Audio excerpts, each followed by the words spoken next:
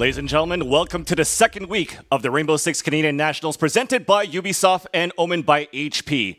We have 8 teams going head-to-head for a chance to win a total prize pool of $15,000, and that is happening throughout the whole month of July. So make sure you guys tune in, and thank you for tuning in today as well. I'm Vansili, and let me present to you guys the dynamic duo, the casters that we have for today, and also a little bit of a special appearance from one of the Pro League casters as well, where we have Parker. But at least for today, we have Seaside and we have Flynn. So guys, welcome. And before we actually get into the matchups of what we're going to see today and this weekend, let's talk a little bit about Rainbow Six in general this week, because we've been graced with a little bit of presence of a lot of Rainbow Six action, including Pro League, but of course, including DreamHack Valencia. So I know some of you guys woke up at 4 a.m. to watch the matches throughout the whole weekend. So what are your thoughts? What do we see? And what really came out of Rainbow Six throughout this week? IDK deserves an org. IDK deserves a top-tier org. That is easily the number one statement you can make from the weekend. I think Ents are on a comeback as well. Cloud9 definitely have some work to do. Rogue put up a really good fight. I was impressed by Rogue's play. We only got to see one of their games, but hearing the scores from the off-air games, they sounded like they put up a very good fight throughout the day. Vitality, actually, also impressive. The Vitality Ents game was really good. IDK, Penta, I said on Twitter, probably one of the top 5 games of all time. So the rematch next week in Pro League will also be interesting. What about you, Keith? I drew some similarities to the Canadian, to our event. Yeah. The similarities I drew were pretty much op bands, right? Okay. We saw a lot of Mirror bands, saw some Glazes, some Habanas, and that's kind of what we saw for the most part here. Of course, those are more team-specific bands because they know each other a lot, they play a ton, but very broad bands that kind of tie into us here in Canada. Awesome. Well, as you were mentioning and alluding, of course, the bands and our Canadian event, let's look ahead and see what we missed basically last week. Or if you guys missed it last week, we will have our leaderboard up right now. So 8 teams going head-to-head, and we've seen some pretty much some blowouts here and there, but the closest game maybe that we saw were the Carleton Ravens going head-to-head, a little bit of a school rivalry going through there with the University of Carleton. But if not, Team Canada at number 1 seed, I think that's pretty normal based on the type of competition that we have here throughout this whole month. But what do you think about Team Potatoes here? Surprisingly coordinated and good. If you look at the players, the teams they went against, I mean, beating Grizzlies was big for them. I think that game went 6-2, so they did really good there, Team Potatoes. They impressed us. Romulus, a guy who's transitioned to this game more recently, to me, he did really well, and I think his transition still, of course, is still ongoing, but looking from good. From CSGO, of course, yeah. But I think the one disappointing factor of last week would be Grizzlies not performing to the standard I think you set them at, Flynn. Yeah, I thought Grizzlies were going to do a lot better. Although going up against Team Potatoes, I mean, they, like you said, they came out firing. They looked like a very strong team. I definitely underestimated them heading in. The other, I wouldn't say upset was Northern Alpacas against Team Canada. 6-1 victory for Team Canada on Sunday. I thought that game was going to be a lot closer as Northern Alpacas looked like the clear challenger to Team Canada. Yeah. Now it looks like there's a little bit more of an open field. Actually, let's talk about that matchup a little bit, because when you guys did the pregame of it last week, you guys talked about how at the Canadian circuit last year or last January where they faced off head-to-head in Montreal, it was one of the maps. Which one was it again? Border? No, it wasn't Border. No. What are you asking about? What's the question? What the map was on where basically you had a 4-0 lead. Consulate. Yeah, there you go. So we were talking about that matchup a bit, and I wanted to allude a little bit with the questions here in terms of how it's going this season. We're going alternate rounds, right? One team's going to play attacker, then it's going to switch sides at every single round.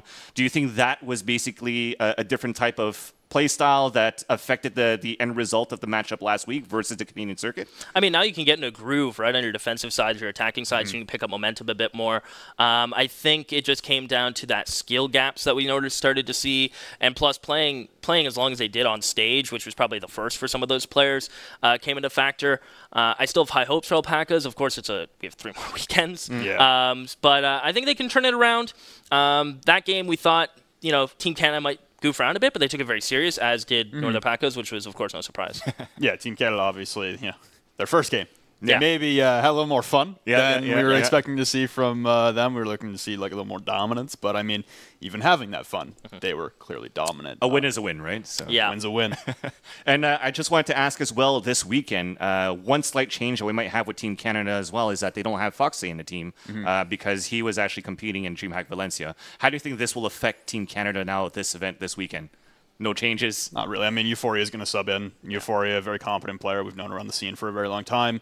I've run into him plenty of times. Not a fun day. So, I mean, and we saw Euphoria in the circuit as well come in for a game. I'm really not expecting anything to change for Team Canada-wise. Yeah. Maybe it's just going to leave more room for someone like Whiskers or Pang to continue their dominance on the frag out. Because Euphoria, when he subbed in the circuit last time, was playing Breach. Yeah. Fox A clearly does not play Breach, so might be a little bit of a role swap around, but for the most part, I'm not expecting any difference. Awesome. Well, at least there, we want to thank you guys for tuning in from home on twitch.tv/Northern Arena. But we also want to say hi to our very own live audience that's currently tuned in from Meltdown in Toronto. So I think we have Caitlin on camera, right? So I thought you were holding a beer already. Caitlin, how's it going? There. Yeah. Welcome. How are you? Hi, how are you guys? Pretty good. How's the event going for you, the viewing party at Meltdown on College Street? We're at Meltdown in Toronto. Everyone's here. Why are they facing the other way? There's screens everywhere. So what's the vibe like at Meltdown for you? And tell us a little bit about your expectations for this event this weekend for the Rainbow Six Canadian Nationals. Well, I'm just looking for the sake that the Grizzlies are keeping us off and past most rounds on. Maybe we get 34 this time. Never come back. Awesome. I don't know. We have some like rosters and butt rates that are requested, and they added them. Awesome. Awesome. Well, any shout outs you also want to give? Because I think we might have the first match starting very soon as well. Like the team, so people there. Yeah.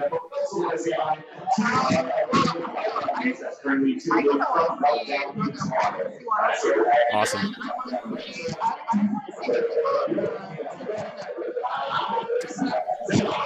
Awesome.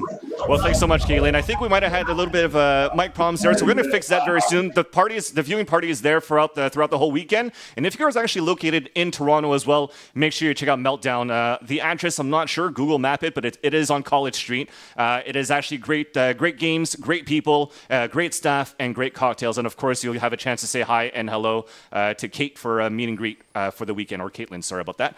But I think we could start talking about the first matchup, okay? Because at least this weekend, we have 4 matches for today on Saturday, and then 4 more matches tomorrow. First one coming up is going to be Mirage Esports versus One Way Gaming, then Team Canada versus Grizzlies, Northern Alpaca versus Carleton Ravens White, and to close off the day will be Team Potatoes versus Carleton Ravens Black. So back to Mirage Esports versus One Way Gaming. Your thoughts on this matchup? Based on what we've seen last week, though, it seems as though it might be one-sided maybe for Mirage Esports. I mean, maybe. It depends how they turn up today, but I think Mirage really came out swinging and impressed us, right, with the coordination, the way they dealt with roam clearing, the way they followed up on droning, right? So some of the other lower teams in this tournament series, if you will, this event, the process of following up your droning, dealing with roamers can be a bit slower, but I think Mirage really showed up and showed us that they have that clear, they have that precision, they have that coordination, which can be hard to build, especially as a newer team. But I think they impressed us. One way you're going to have to come out with being a little more cleaner on the roaming, which can be hard to do. But I think Mirage is looking pretty good going into this one. And it's going to be on border as well, then as well. So what do you think about this matchup here, Flynn? I mean, I was very impressed with Mirage in their first game on Saturday, and then heading into Sunday, things kind of slowed down a little bit for Mirage. They looked hot on the Saturday game, and they came in against a tougher opponent. I was going to say, different. And it showed. Yeah. I think they're definitely the favorite in this game heading in. One way, there's a lot to be improved. Yeah. But I think, if anything, the experience from last week should help. Yeah. Hopefully they watch back the VOD and kind of realize their mistakes.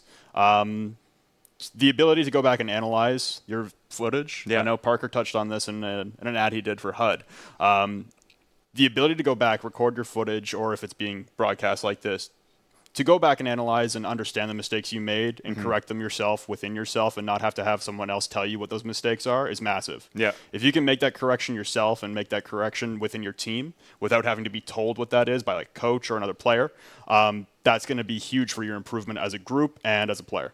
Awesome. Well, what I like about this event as well is that you do have that mix. Of course, the blowouts shows a lot of 6-0s throughout the last weekend, but at least it gives that experience for amateur teams to actually try it out and compete against higher caliber teams. Even though Team Canada and Northern Alpacas are pugs into this matchup here, they're still pro league status and very highly skilled. And even though they're puggers, with all the experience that they have, it's easy for them to gel in terms of competition and also the composition that they might choose in terms of operators for the map. So experience is always key, at least for the newcomers coming into the event. That being said, though, I think we already have all 10 players inside the servers. We're going to get that started very soon. So coming up here will be Mirage Esports versus One Way Gaming right here live on Rainbow Six Canadian Nationals. Don't go anywhere.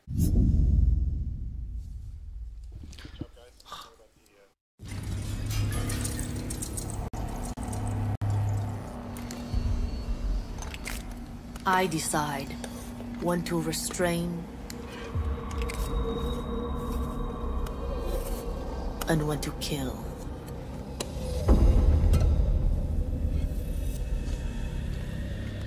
Only the best call the shots.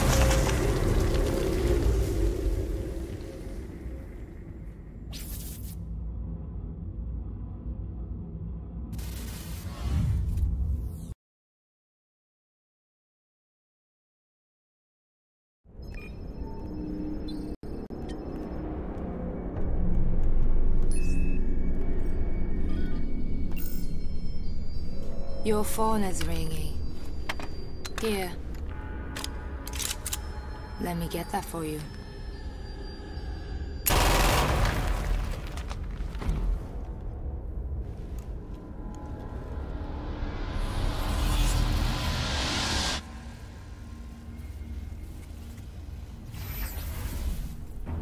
Enter the Siege, where combat is up close and always personal.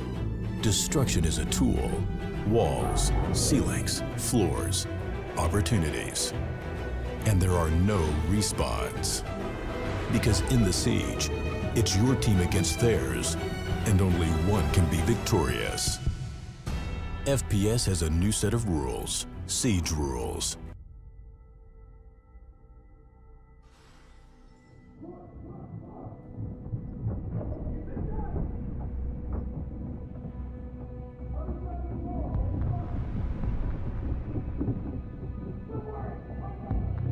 Illusions are fatal. If you waver, you're mine. If you pick wrong, you're mine.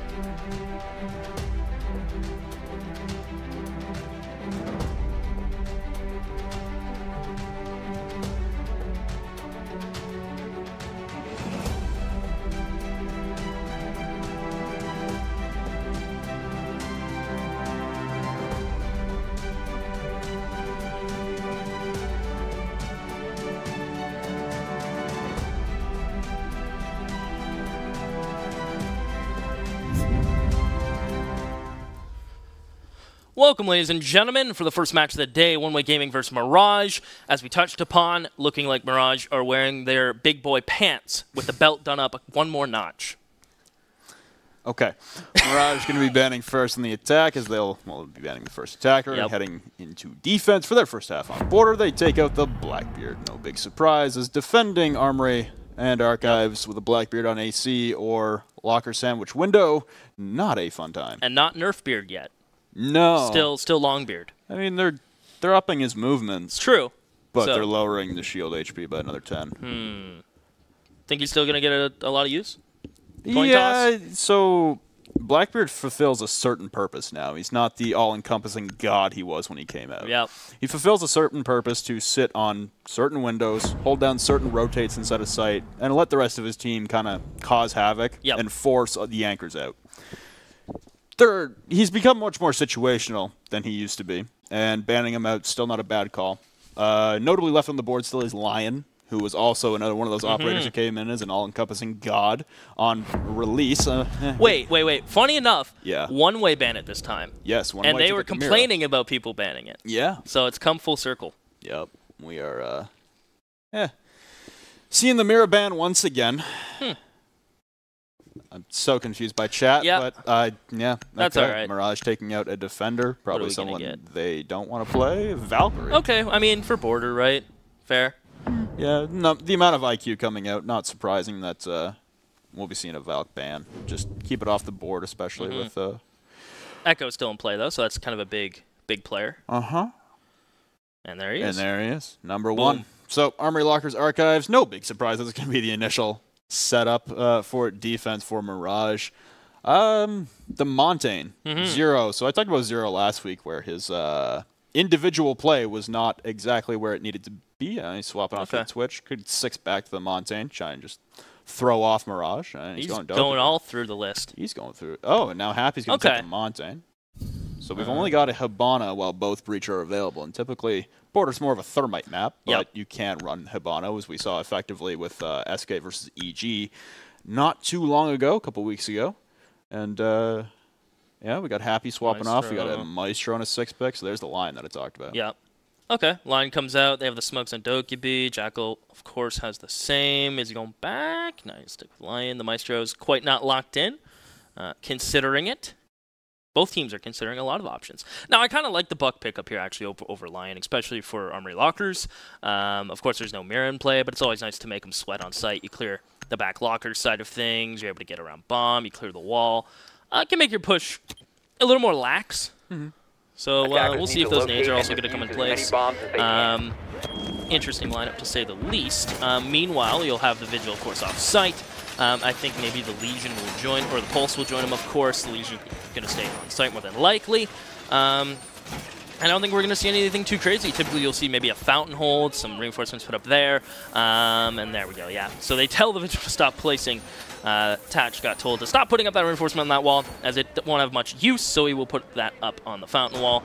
We'll see where the Pulse is going to go, more than likely down below the sites, and there he heads. Not LSG, who was one of the more impressive players to me on this lineup. Absolutely. 5 seconds to insertion. So I'm also, okay, so we're going for a double roam downstairs with the Vigil on Tachyon, new player. Yeah. That's the pronunciation I'm going with, Tachyon, or Tachyon. You can run with that. I'm going Tachyon. Jiro Ferris, the Legion as well, setting himself on top of the bookshelf immediately. That's a pretty dangerous position to be stuck in, especially if the black group is still on the board to be pinned there from AC. Drone comes out immediately, spots you there, and you don't notice. You are in trouble immediately. All over the place, really, are one way on the spawn here.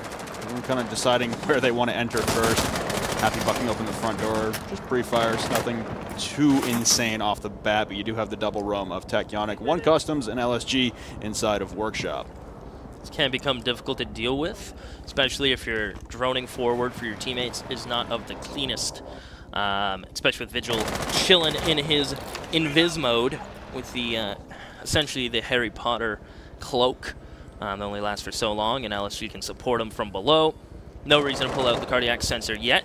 In goes the drone. Sadly, no one is there to follow up on it, as they're all going to safely drone. They know CCTV is clear. Zentheus spots LSG, so he is going to solo push into this. He wants this fight. A little bit of pre-fire. LSG knows exactly where it's coming from, and he's actually going to get aggressive here.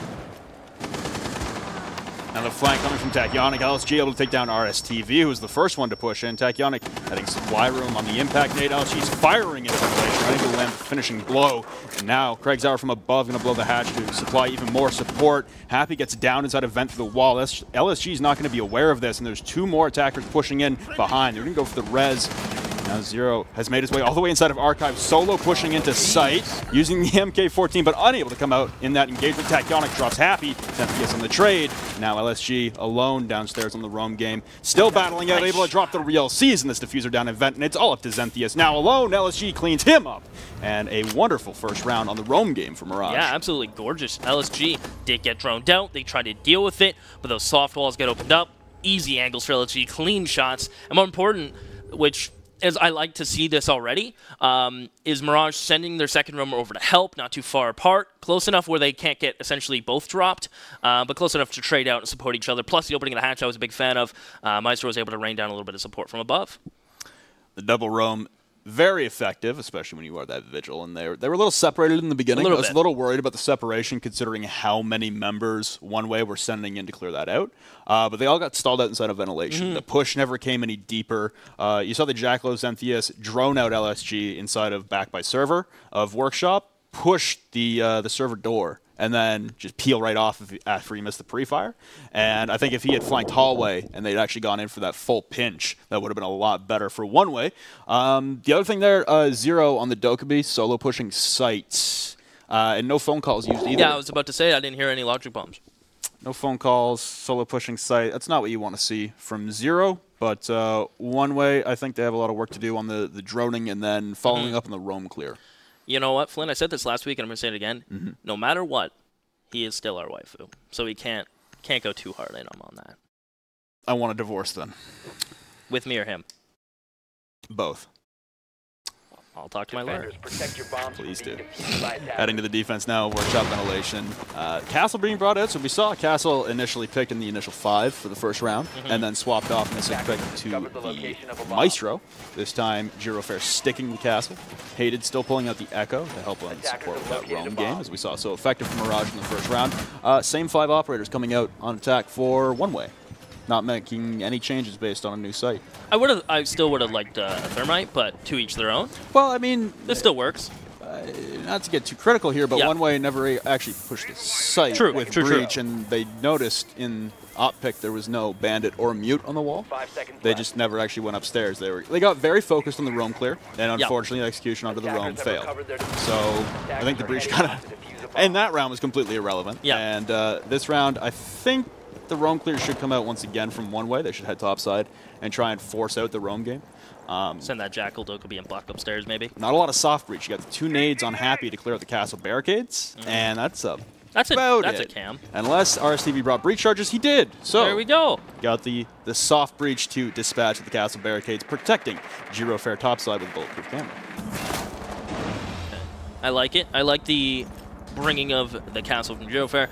Pretty standard thing, Happy, but to open up a happy little wall, not happy little trees, sadly, happy little wall, but to be ripped open. Zero. Well, Zero's prepping a smoke, getting ready to go. Girofair still has that nice angle. Tachioni just going to be chilling like a villain, waiting for this push to come in. And Happy's going to go in first. Keep in mind he has the diffuser, so if they get dropped in this roam clear, it's going to make things more difficult and a bit of a headache because they have to retrieve the diffuser, then still deal with the roamers, and head downstairs. Tachionic just going to be chilling, has his Legion mines. They're willing to give up the archives room, just stay in the armory lockers. Xenthius will rotate over himself, hit the Jackal. Maybe he can get a ping on the player. The Castle will put up that barricade. They will be able to blow up the first castle barricade. RSTV is going to drone the castle out, and I think the castle is just going to stay, look for a fight. If he can get one, drop down hatch is ideal, because keep in mind, Tachioni is already taking some damage.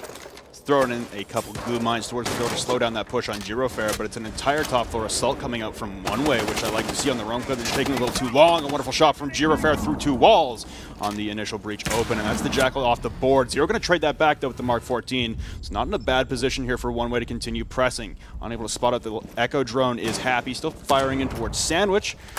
The Legion has relocated to metal detectors now attack Yannick, but he's lost his support in Girofair, so he's alone topside trying to stall out for a little bit longer. They've already burned 2 minutes and taken down the Jackal off the board, which is good, getting droned out now. But the Hibana of the real season throwing another drone right outside the wall. Probably should have pushed on the call, but nonetheless, and he's pinched from multiple sides. Zero going to take down Tachyon, and now it's just the anchors as LSG has rotated to Customs. Very clean. I like the way they dealt with that. Losing one is not too shabby. RSTV is about to blow open the CCTV hatch, and LSG has to be a little weary, but I don't think they know he's here. He's snuck down. They haven't droned him out. He's in a bit of an off place where typically you would see someone in a situation like that, especially with how much you've dedicated upstairs, but in come the players through the hatch. Hated is going to drop 2. It's just a rain of players as Real Season is going to be next. Hated still chilling, camping this hatch. He's going to have support. I think the Bonus thinking about coming in. She's got no choice. Standing above the hatch. RSTV going to drop LSG in the hallways. He's gone Customs, but he's the last man alive as his breach dropped in. One way. All trying to execute through the hatch. Unsuccessful. Diffuser's lost in the sight. There's no time on the board. And one way are going to drop round number 2 to Mirage. 1+ is the way they dealt with upstairs. A lot of time it took, but losing 1, dropping 2, they've dealt with the upstairs. I like that. But sadly, the amount of time invested in that came back on them when they had to go into the site, very pressured. They dropped very singular into the hatches. You have to when time becomes an issue. Didn't have time to clear out other avenues like the stairs, and that came back to bite them. But positive is good roam clear. Something I noticed from one way is they utilized a lot of the breach charges upstairs that they brought. So they brought 6 breach charges, and they had 2 grenades on the buck. Yes. And they utilized them all upstairs and never really got downstairs to go for that push. The whole point of going for the top floor control is to rip up the floor, which is a good utilization of the breach charges, but then you never actually made your way downstairs. You just try to drop hatch. That's an easy kill for a defender, so I'd like to see from one way the clear top side. Speed up a little bit, a little more efficient on the drones and pushing with the drones. We talked about that last week in both play days, in which to be an effective team and an efficient team, you need to be pushing with your drones. You can't drone out and then move on your own drone. You need someone droning for you to give you the call. You act on that information and act in harmony. Yep. You need to be synchronized. And that's not coming out from One Way currently. But what they did do was what I wanted to see, which was the top floor execute. If they can pick that up. I feel taking singing lessons as a team will also work on your chemistry and harmony together. Reaching at straws here, gonna let it hang. Get back to me on that and let me know. Thank you. Hey, I'm sure there's other drills you could run. They're definitely playing the game is probably more efficient. There you go. So now winning both successful defenses, Armory Lockers, Archives, and Vent work, we now head downstairs to Supply Room. No mirror on the board, which is a staple of the custom Supply Room hold. So holding CCTV might be a little more difficult, and I'd be interested to see how Mirage decide to handle this. Typically, you're going to play the mirrors topside, one on the armory wall, watching Balk, and then one at the 90 of CCTV. The mirror on the board, they might actually opt to play a little more anchored hold, which is atypical. And also, they might extend it over in towards workshop and ventilation. There's no preset for that just yet. There's no rotates to bathroom, but the ability to hold back there and kill some more time. You got a 4-man hold CC without the mirrors though, so they want to hold strong. Did they invested 2 of the castles up there. Yeah, I was interested to see where they're going to put the castles. So good choice of that. Of course, hatch open.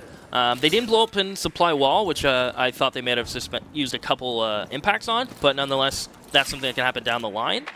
Plus, they also have an Echo drone up top to help them if they do get pushed in a pinch. So I like the setup. Not too risky. And already, but East controls coming in. Tekionic. Xanthius is going to go in. He is the Jackal. Going to look for any of those footprints. His waifu will be droning. Xanthius slowly pushing up, seeing the reinforcements, realizing what's happening. So we'll see how they're going to deal with this. Still very, very early on. Minute off the board. They realize, I think, what's going on here. So you have Tachyon playing all the way over on the top of East Stairs. Happy holding for a rotate with Diffuser, not a bad call. Again with the breaching charge, we got a lot of breaching charges coming out on this team. We got 9 of them. So Tachyon, though, going for the run out East, going to drop Xanthius. That's the Jackal off the board again. So that's 2 of the smoke grenades, who at least should have been smoke grenades, off the board. Tachyon still holding East. And you still have this push coming out CCTV. It looks like the Real Season was communicating with RSTV. They were going back and forth on whether or not it wanted to blow detention wall. Oh, the sprays in towards LSG, unable to land from Real Season. He's going to back off in the window, and Tachyon going to fall to Waifu, or sorry, Zero. And now Real Season going to take down LSG. So CCTV control established. Girofair has dropped. Hated going to trade out Real Season, though, as he's come back upstairs to fill in. Keep in mind, the smoke has gone off the board, so this is looking good right now for One Way Gaming. Question is, can they get one more player before the site push comes in? They'd love to find Hated, who is offside on Echo. And now, just as I say that, yeah, he will escape into customs. And RSTV is going to swing in. So they've gotten upstairs control. They've traded 2 for 2. Of course, the Heartbreak's off the board, but the hatch is thankfully already open. We'll see if they're going to pressure from elsewhere. This is going to be another hatch push because there are 2 hatches open into customs. It's about finding these players and winning those fights. Happy's going to take a significant amount of damage from Girofair, who's going to continue to hold this hatch at a very tight angle. He can go prone and be safe. It looks like with 38 seconds, 0-2 is my waifu is going to start pressuring from another angle. I like what I see. It's being sprayed down by Hated in the main hallway, able to take him down. You've got a lit Happy still upstairs. Looks like he's going to have to go for the hatch drop, and RCTV still trying to push through Passport. There's not enough time for this. Looking down at the hatch, and the timing, unfortunate, as Happy looks away as he saw the echo of Hated peeking from the double door of main lobby. You still have hatch control, and you still have RSTV pushing him behind. They're very slow on this push. It's going to be a last-second attempt. No smoke on the board, but the Echo Drone of Hated could stall this out entirely. Peeks from RSTV, unable to land the shots. Girofair takes down Happy. It's all up to RSTV now. Still unable to finish off Hated. Pulls up the bearing 9, shuts down RSTV on the Passport push. That's a 3-0 lead for Mirage. If only they could buy more time, right? Because they deal with upstairs. Of course, if they could speed that up, you mentioned speeding it up. They did just that. I mean, it took them a minute and a half, give or take, maybe 2 minutes. They get upstairs control, which is nice. The logic bomb started to come out. If they just group, send one player to deal with the top hatch, regroup, push in from one of the doors. I think they could have dealt that nicely, but you also have to protect the positions you from Mirage. Geofair camping back in that customs corner. He was holding that hatch. The Echo did a nice job. Hated not dying, not getting caught upstairs. He dropped as soon as he realized he couldn't hold the fight anymore. Fell back down at a site. Didn't even jump on his drones at all, actually. He was continuing non-stop gunfights. But still, there's glimmers of positives for One Way, which are slowly getting ripped back from Mirage. The only issue right now is time and those odd gunfights here and there. Yeah, so One Way, I think the biggest thing is they actually do have a quite stable roam clear. You can see the coordination. You can see the 4 or 5 man push consistently coming out on that roam clear for One Way. It's the next step that's the problem. It's you can clear. They've done a very good job at least attempting or completing a successful clear of offsite. It's the then transition to attacking the objective that is the issue for them. They don't transition fast enough, and usually they've burnt too much time on that roam clear. So speeding up the roam clear obviously would put them in a better position, but they also just need to work on that transition between the two objectives. They clearly know that clearing offsite is the objective in the early round, which is a good thing to know. Honestly, we've seen a couple of instances of that not being the case. A lot of site-centric play and not a lot of clear of the roam. They're initializing very well. It's the late game, the late rounds that really get them. They kind of stall out and they don't have that secondary push onto the objective. A little bit of a switch up here with Hated going off of his Echo, throwing that over to Tachyonic, and Hated picking up Ella. But it's funny, as soon as he goes to Ella, Happy pulls out the IQ. So they'll see those traps, they'll see those goo mines, and we'll see how they're going to elect to deal with all of that. Of course, there is a Legion, there's the Ella, and there's the Echo drones, which will all be spotted, plus Pulse's cardiac sensor. So this IQ should be able to feed a ton of information to the team. So this is a perfect pick to counter this very roam-heavy style, which should alleviate some pressure and allow them to pick the things up a little bit. IQ of Happy can deal with every single bit of utility on the defensive side. She has the frag grenades to get rid of both Evil Eyes, and she can spot out everything else on the board coming out from Mirage. So, but sending her to AC is not the right call. You want to get her in the building to spot out all of that utility and have some effect. It's only a 20-meter range currently, and on the TTS at least it's dropping down to 15. You want to have her inside the building to have an effect on that. She might be able to spot out this first Echo drone running back and forth between archives, but other than that, maybe some Ella mines inside. I don't think she'll have an angle to get a frag grenade and take down an Evil Eye. I think that's a position that could be corrected. We will see. The Evil Eyes holding all of the essential information. Spot Xenthius below on the Thermite. We'll see him eventually start to crawl up, try to blow open one of these office walls and start to push into archives. But keep in mind, of course, there is that drone there, and look at all the information LSG has. He spots 4 players over here on the north side. So they have a pretty good idea that it's very north heavy. They are now slowly going to start to get office, but keep an eye on the clock, minute 30. Plus Legion is playing in office, Hated is flanking. Things are about to get a little messy. Yeah, the Real Seasons drone coming in now, and it's not going to spot Hated at the bottom of East Stairs. And this whole collection, Zero's actually hopping in Tellers to come in for the flank on the Ella of Hated as he goes up the East Stairs. They're playing a ring around the Rosie. He heard the Vault Tellers, and now Zero pushing down Bathroom Hall as they're just trying to spot out the Pulse and go for the roam clear, but there's only a minute left on the board. LSG could get caught off guard here, but it's not really going to matter as Hated comes down and takes down the Dokkaebi that was pinching with RSTV. The Thatcher, if he peeks that East Stairs door towards the office wall, it is all over for the Hibana of the Real Season. 50 seconds on the clock yet to get into office. They have AC control. They're pressuring the players on site, but they really don't have to move. Hated doesn't even have to leave East at this point. It's all on the attackers, and Happy has snuck into site. They're just going to stick the plant, and there's the C4 over, denying Happy's plant, and now LSG is going to rotate over. Great C4 from below. Evil Eye has an eye on this, and we'll see if this plant's going to go down, because keep in mind, the Echo drone's still right there. Plan going down. You do have the Echo drone in position. Tachyonic going to stall that out, and the back out from Xenthius now. Tachyonic going to try and peek this into the Archives wall. Drops Xenthius down to a 5v1 now as Real Season falls. It's all up to RSTV. The Thatcher alone inside of Archives. Swapped out to the overhead, but Tachyonic finishes it off again all the way from Locker Sandwich? No, I was going to say we had the Thatcher inside. Again, peeking out a sandwich to the soft wall of Archives. It's a 4-0 lead for Mirage. One way. electing how to deal with that. They played Ring Around the Rosie with Hated for a bit there. Didn't really get office control. The IQ could have had a big impact. Unfortunately, as you mentioned, AC perhaps not the best choice of positioning for the IQ, and the Echo Drone was able to rotate over in great timing, good positioning, not pressured from the opposite side of the map. And LSG was given a C4 kill. Nearly snuck that plan off, though. I think it was one of those things where all of a sudden it just started happening. The Echo was on his drone, then realized what was going on, but LSG had him covered through and through, as we're going to see a very similar setup. Bandit, of course, coming in instead of the Pulse. Meanwhile, the attacking side, identical lineups. Except, actually, they got rid of they brought in the Jackal instead of the Thermite. I really want to give Mirage some credit here. Typically, when we start seeing games get a little out of control like this, where we start seeing the rounds pile up, teams will get a little more aggressive, like we saw with Team Canada. Yes. First couple rounds, things looked pretty legit. You saw maybe Jeff get a little aggro there on the mirror in the first game, but other than that, they played that game textbook in the first few rounds, and then things got a little out of hand. Mirage have not overextended once. They have not overreached on some aggression. They have not played, anchors roaming. They have not gone for any kind of misplay, really. They are playing a textbook game right now with a 4-0 lead in a dominating sense. They're still playing patient. They're still playing that reserve game style. They're still playing their anchors on site with a proper pulse downstairs to feed the info. You don't see the pulse getting trigger happy with the Nitro and trying to run out Tyler's window.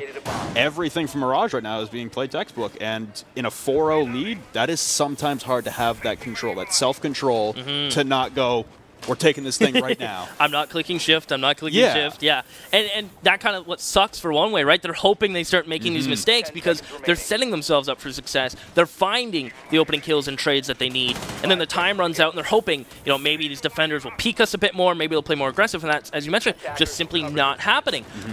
So commiserations to one way that these mistakes aren't happening. But as you mentioned, big props to Mirage doing a great job. Back to this upstairs hold. Well, of course, the bomb site's below. The castle comes back out. They were able to deal with this initially very well the first time we saw this. So I'm looking for one way to pick up the pace. I think they realized time became a big issue because they had to start forcing hatches. So I think they'll realize time is an issue here, and they'll pick up the pace. Even if trading 2 for 2 is ideal, although it's not the best situation, I think they'll take it depending who gets dropped. Yeah, so we got another office push, seemingly. Xenthius with the Jack is going to head AC, take the window, and try and pinch off any kind of rotation. And now the L of Tachyon peeking the window immediately. Thinks he's on bus. Xenthius has already made it up onto the balcony. You got 2 more repelling in. Girofair able to take down Xenthius, though. I guess that was from Locker's sandwich window. And Tachyon able to escape, lighting up Zero as well. He just busts right into radio window. Happy coming from Trip Ball as well as that Sledge, and you have the double push downstairs from RSTV in the real season. Sledge of Happy able to get rid of these castle barricades, but Zero already significantly damaged. Might want to actually go for a reset. The wall gets opened up, so aggression coming out. Zero able to take down Tachyon, and now peeking in towards metal half wall, but LSG wins that battle with the SMG-11. So one way speeding up, but not getting the results they need. Yeah, look for the smoke to drop off here in a second as they still have the castle upstairs. Meanwhile, bathroom's getting broken. Nice shot coming in from 0-2 is my waifu, taking down LSG as Girofair is still up here in Armory Lockers, though. It only takes one shot from Girofair to down or even finish off Zero, but the peak's coming out, unable to land any of the bullets. 1:20 left on the board as the push coming downstairs from RSTV in the real season. Zero, the lone man on the roam clear, and Girofair, the last man on the roam. Smoke's coming out through the hatch. A great play by Waifu. There to smoke out for the plant coming in.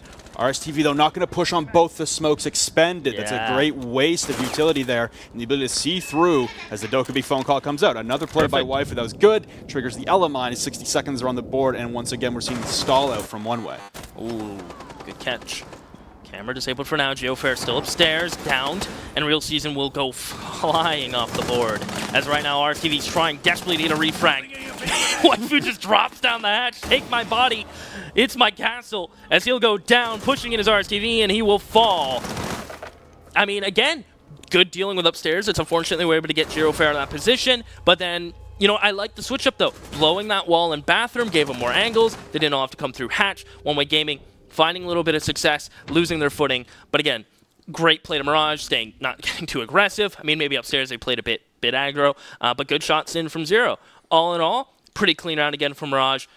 Keeping it textbook, as you would say.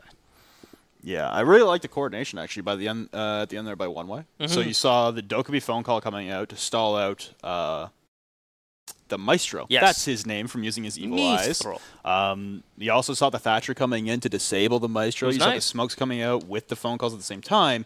The problem was the push never came. Everything looked textbook. Everything looked great. Everything looked perfect for one way to push in. And then, yeah, one drop hatch, one get down. That darn timing again. Yeah, it's... One way every single round have gotten better at improving their pace. You saw that round, you know, a minute deep into the round, and we've got multiple frags on the board. You've got a much better I think they had bathroom control. Yeah, they had bathroom tellers, office, archives, and fountain control in a minute. That is a good play. You lose 2 attackers in the process, however, but you trade it down 3v3. You have all this time then, and then it's just the inability to commit to that push to site. That's the issue. Yeah, if they commit to it all at the same time, I think we would see that tip a different way for sure. Well, a 5-0 lead for Mirage, looking to close this thing out in a 6-0 fashion. They'll head to their first round of the attack as they win the first half 5-0 on their defensive rounds. The objective coming out for One-Way Gaming, gonna be Armory Lockers Archives. No surprise there. Very standard lineup. Zero's gonna pull out the Ella, however. Of course, the Echo typically will be in play. RTV bringing out his Legion. I think he played that nearly every single time last time I watched him play on defense. So he's a big Legion fanatic, if you will. Happy bringing out the Maestro. Makes things interesting and very common placement of utility right now. They still need to get that Archives wall, however. I think someone's going to bring those over. I'm fascinated by the lack of Mute and Bandit in the game. We see a Bandit what, twice? Yeah, we saw a Bandit on the Customs hold, and I think once on Event Work hold. We never saw a Bandit or a Mute upstairs. No, you're right. And yet the breaches, like, I think that round was the first time we saw One-Way actually breach a wall. Breach a wall to site. Yeah. Yeah. Which is also an issue, but that just comes with the speed LNG. again. I think we saw LSG run this before, haven't we? Yeah, we saw G8 coming out from LSG in the first game on Coastline. He likes it. I don't know if I'd personally use it, but you know, that's just me. That's the nice thing about a game, Rainbow Six is preference matters almost to a sense, right? RSTV trying to hard hold in break room currently with a myriad of rotates out through impact grenades, but he's opened up a massive angle on his flank from the overlooking windows on balcony, and LSG with that G8 looking up towards break room. Zentheus, they're going to trade it from bottom east, detected by the EOD. He'll duck back into bathroom using a nitro cell as a rotate. That's unfortunate, but a good use to at least get to safety inside a workshop. Down to a 3v4 already, less than a minute in. Well, at least One-Way find one answer back, but they're going to need a bit more. CCTV, as you mentioned, given up. Hated on the drone diffuser in there. And the rest are, actually, no, I was going to say the rest are anchors, but there is still someone coming down main. Xanthius is still below, but it's a pulse split on a C4, so at this point, it's like, how do you get back to site? Right? He doesn't know what's being held. He can still feed information to his team, but if he can't capitalize on it, that's when the issues start to arise. Smoke out, default cam gone. Craigsor, he's going to blow Fountain Wall. Interesting wall to pick. Yeah, going for the Fountain Wall. They could have gone for the full A-wall take. Instead, they look like they want to rotate for an entire office take while blowing up in the back of Fountain. But there's no Mira in Fountain. That's usually the reason. And now Zenthi is coming up the main stairs. Was going for a peek in towards break room. The phone call's coming out from Tachyonic now. Going to send him back downstairs to safety. Still give out the calls with the cardiac sensor, but like you said, no nitro on the board to have an effect on this push. Hated. Slowly but surely, gaining some ground. Craigsor is going to come around. Has one more recharge. Good kill coming in. As Happy will get dropped. And now it's all on the pulse. And Real Season to hang on to this. He has his Echo drones, but he almost can't afford to go on them. He has to fight, has to stand his ground. Shots need to be hit here, Flynn. Pulse coming back up, the second EOD coming out. Tachyonic going to be pushing as he's the lowest on HP, and Hated carrying Diffuser. He's going to go in for the B plant, and immediately Girofrere going to take down the Real Season. Tachyonic drops Zentheus, and it is a swift 6-0 in the favor of Mirage. But believe it or not, the scoreline won't depict this, but that is definitely one of the closer 6-0s we've had. Closer 6-0s, absolutely. I think improvement across the board from both teams from what we saw last week. Just a very decisive result in the end. Yeah, so 6-0, unfortunate there for One Way Gaming. They couldn't get that second or at least one round coming through.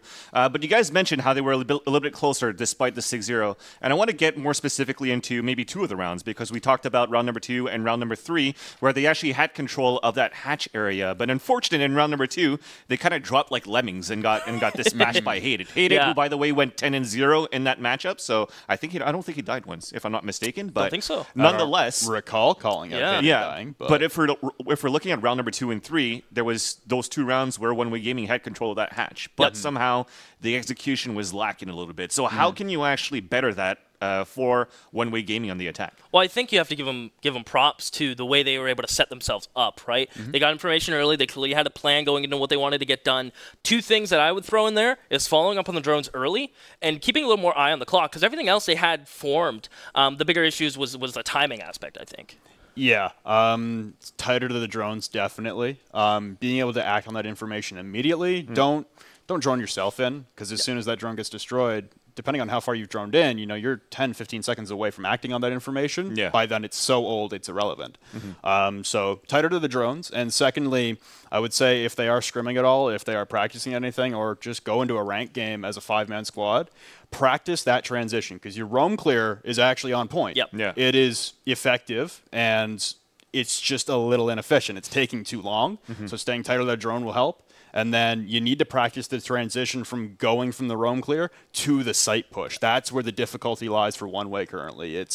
They actually have a very fundamental understanding of how to push off the roamers and gain map control that's influential in the round. It's then once they have that control, they begin to stall out, and there's no real conversion of that initial success into late round success. They need to start then pushing those anchors out. So I think maybe bringing a little more soft destruction from below as well to help initiate that, to be the catalyst to displace those anchors. Start sending them into a chaos. You saw too many times when Hated got that initial 3K, like you're talking about in the second round, when everyone dropped hatch. He's standing still. He's got no pressure. There's no reason for him to move. So if you're dropping hatch and you're also scaring the crap out of Hated and making him move, that's a good play. But if he's able to sit there in one corner with an MP5 SD and look hatch and just you all drop down at the same time, like, there needs to be more displacement of those anchors. Okay.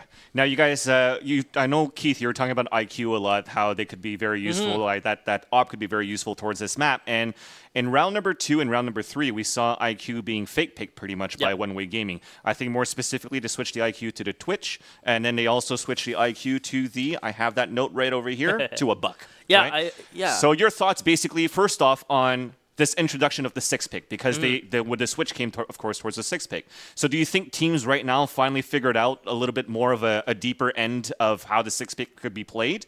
And if so, how?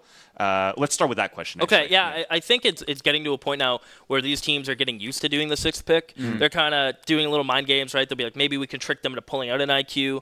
But I kind of wish One Way stuck to the IQ a bit more, especially considering the one round they brought it out, everything. And I mean, all the utility, you mentioned it, was spottable by IQ. It's unfortunate in the execution in which they used IQ, throwing her towards AC. But I think if they stuck with her a little bit earlier, perhaps we would have seen a bit of a difference in the roam clear. 2-pronged attacks, right? Because you send IQ with someone else, the rest focus upstairs or wherever else you want to put them. But yeah, I think the 6th pick is starting to see a little more depth so far. I think the first weekend, people are like, we had to pick a 6th person? Like, do we get 6 ops and get to swap off? Oh, no, we actually have to still 5.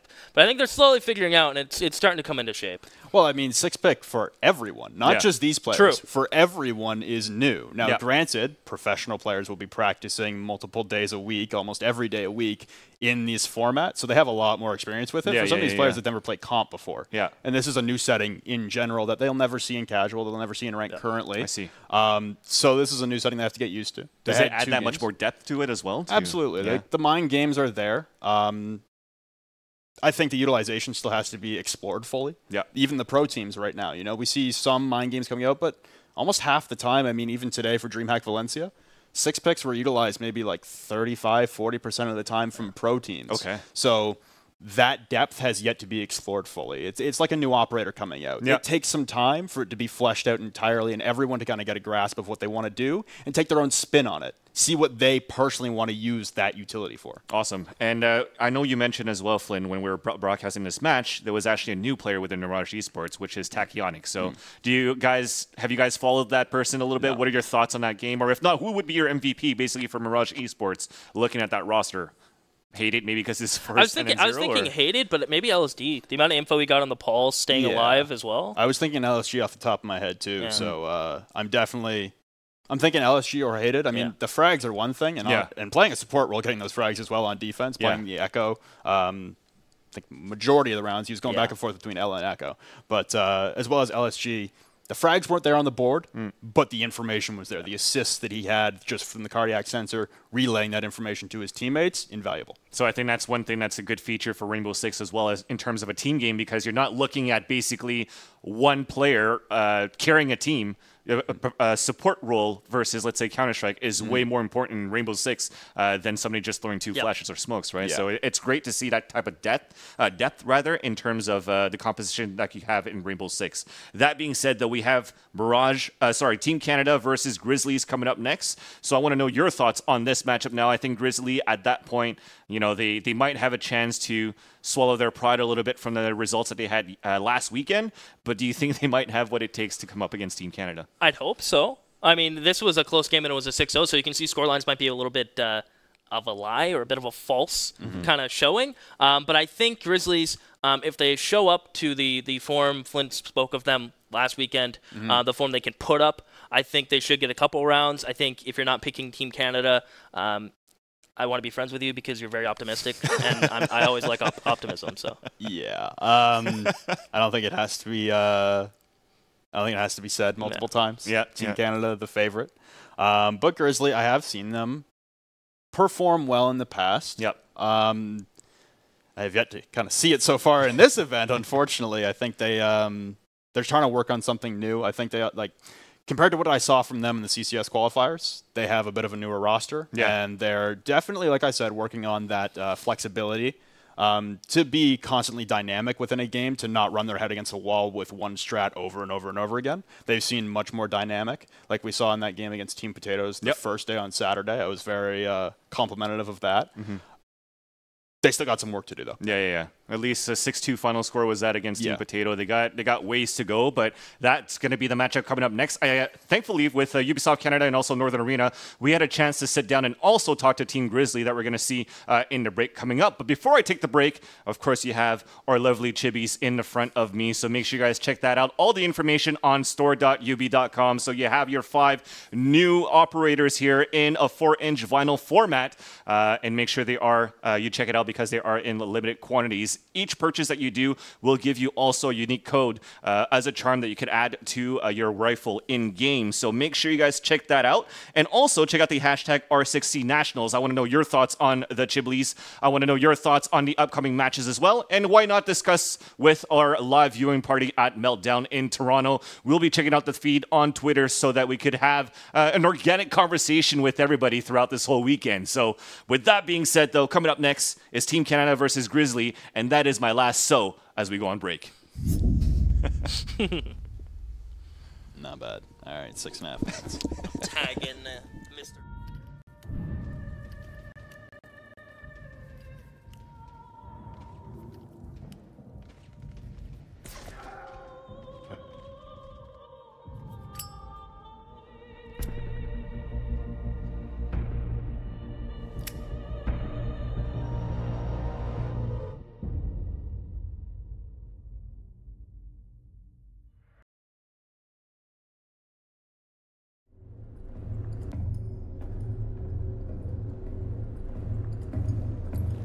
You never saw me coming. Don't feel so bad. Nobody ever sees me.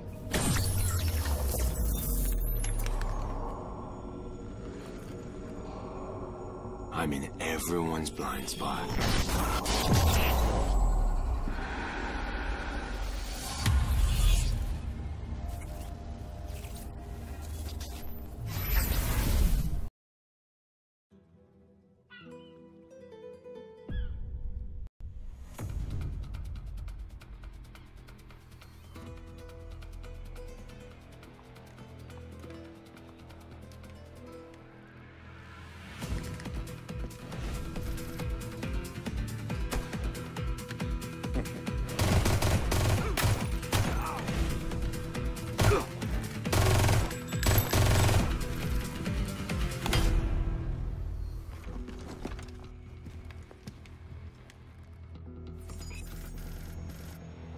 libre. Puedo seguir el rastro.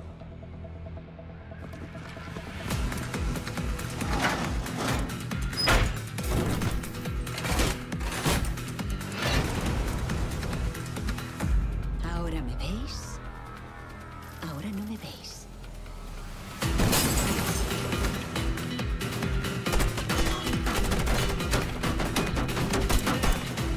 ¡Enemigo recargando!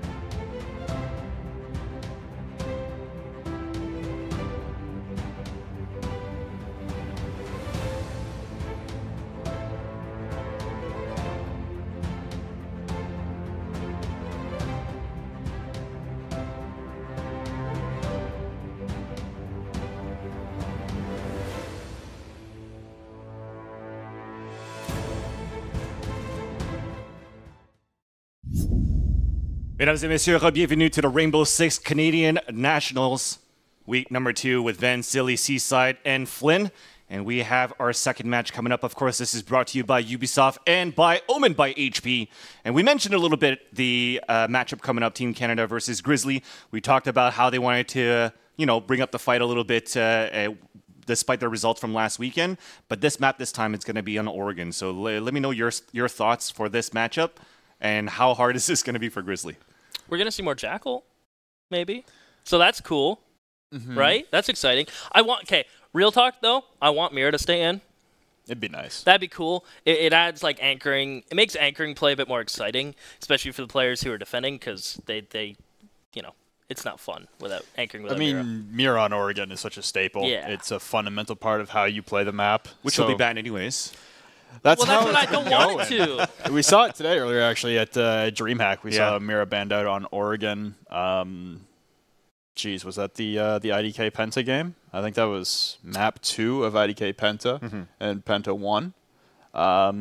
So how did they adjust to that with the you lose every basement defense, and Penta actually went kitchen dining first on their defense without the Mira, and just kind of told Junis to be a human shield inside of dining against the wall, trying to bandit trick, and the castle barricade kept them alive. So there's alterations you can make to sites without Mira, especially like kitchen. I think tower is not going to see any play if the Mira gets banned out, unless Team Canada are up 5-0. Okay. Your thoughts here, Keith? Same thing? I'm a mime. Pretty much the same thing. As I said, I want Mira to stay in. We'll see maybe some Jackal. I think roam clearing here is going to be a bit cleaner from both sides. I don't think we'll see Foxay escape and be able to get an ace in the round like we saw last time. So I think he's not going to be, or Foxay's not even playing. Wow. No. Woo! One of the players on Team Canada, he's in Spain. Yeah, that'd be crazy to be 2 places in once. But I don't think we're going to see 400 ping playing at, 5 a.m. for him right now or something like that? Something like that, yeah. But I don't think we're going to see any plays like that. I think it's going to be a bit of a tighter game. I'm excited. I'm always excited. Right. What else do I need to say? Hold on. Yes. Let's take a quick awkward pause after the end of that sentence. I'm excited. Now, we talk about Mira bans all the time. Maybe Mira is not going to be played on tower. And Flynn, how much does Mira bring? How much gameplay does Mira bring, of course, to the other maps now for this game of Rainbow Six? How can you balance Mira, basically, at this point, if she's always banned? No, she's not unbalanced. She's not overpowered by any stretch of the imagination. Okay.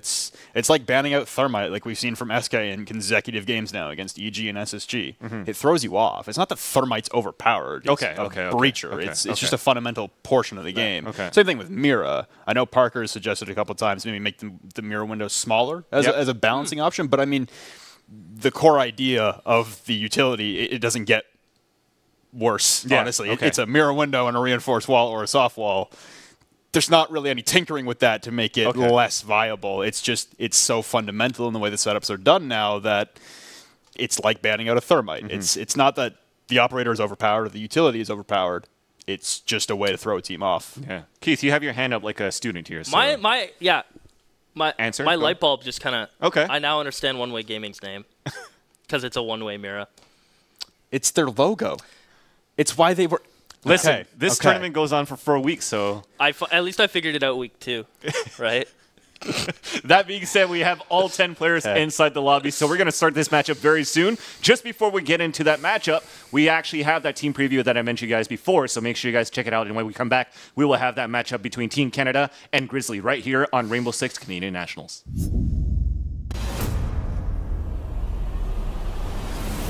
Nous sommes de Grizzly, de Mirage Esports. Notre équipe est venue ensemble depuis 3 mois. On est des joueurs random.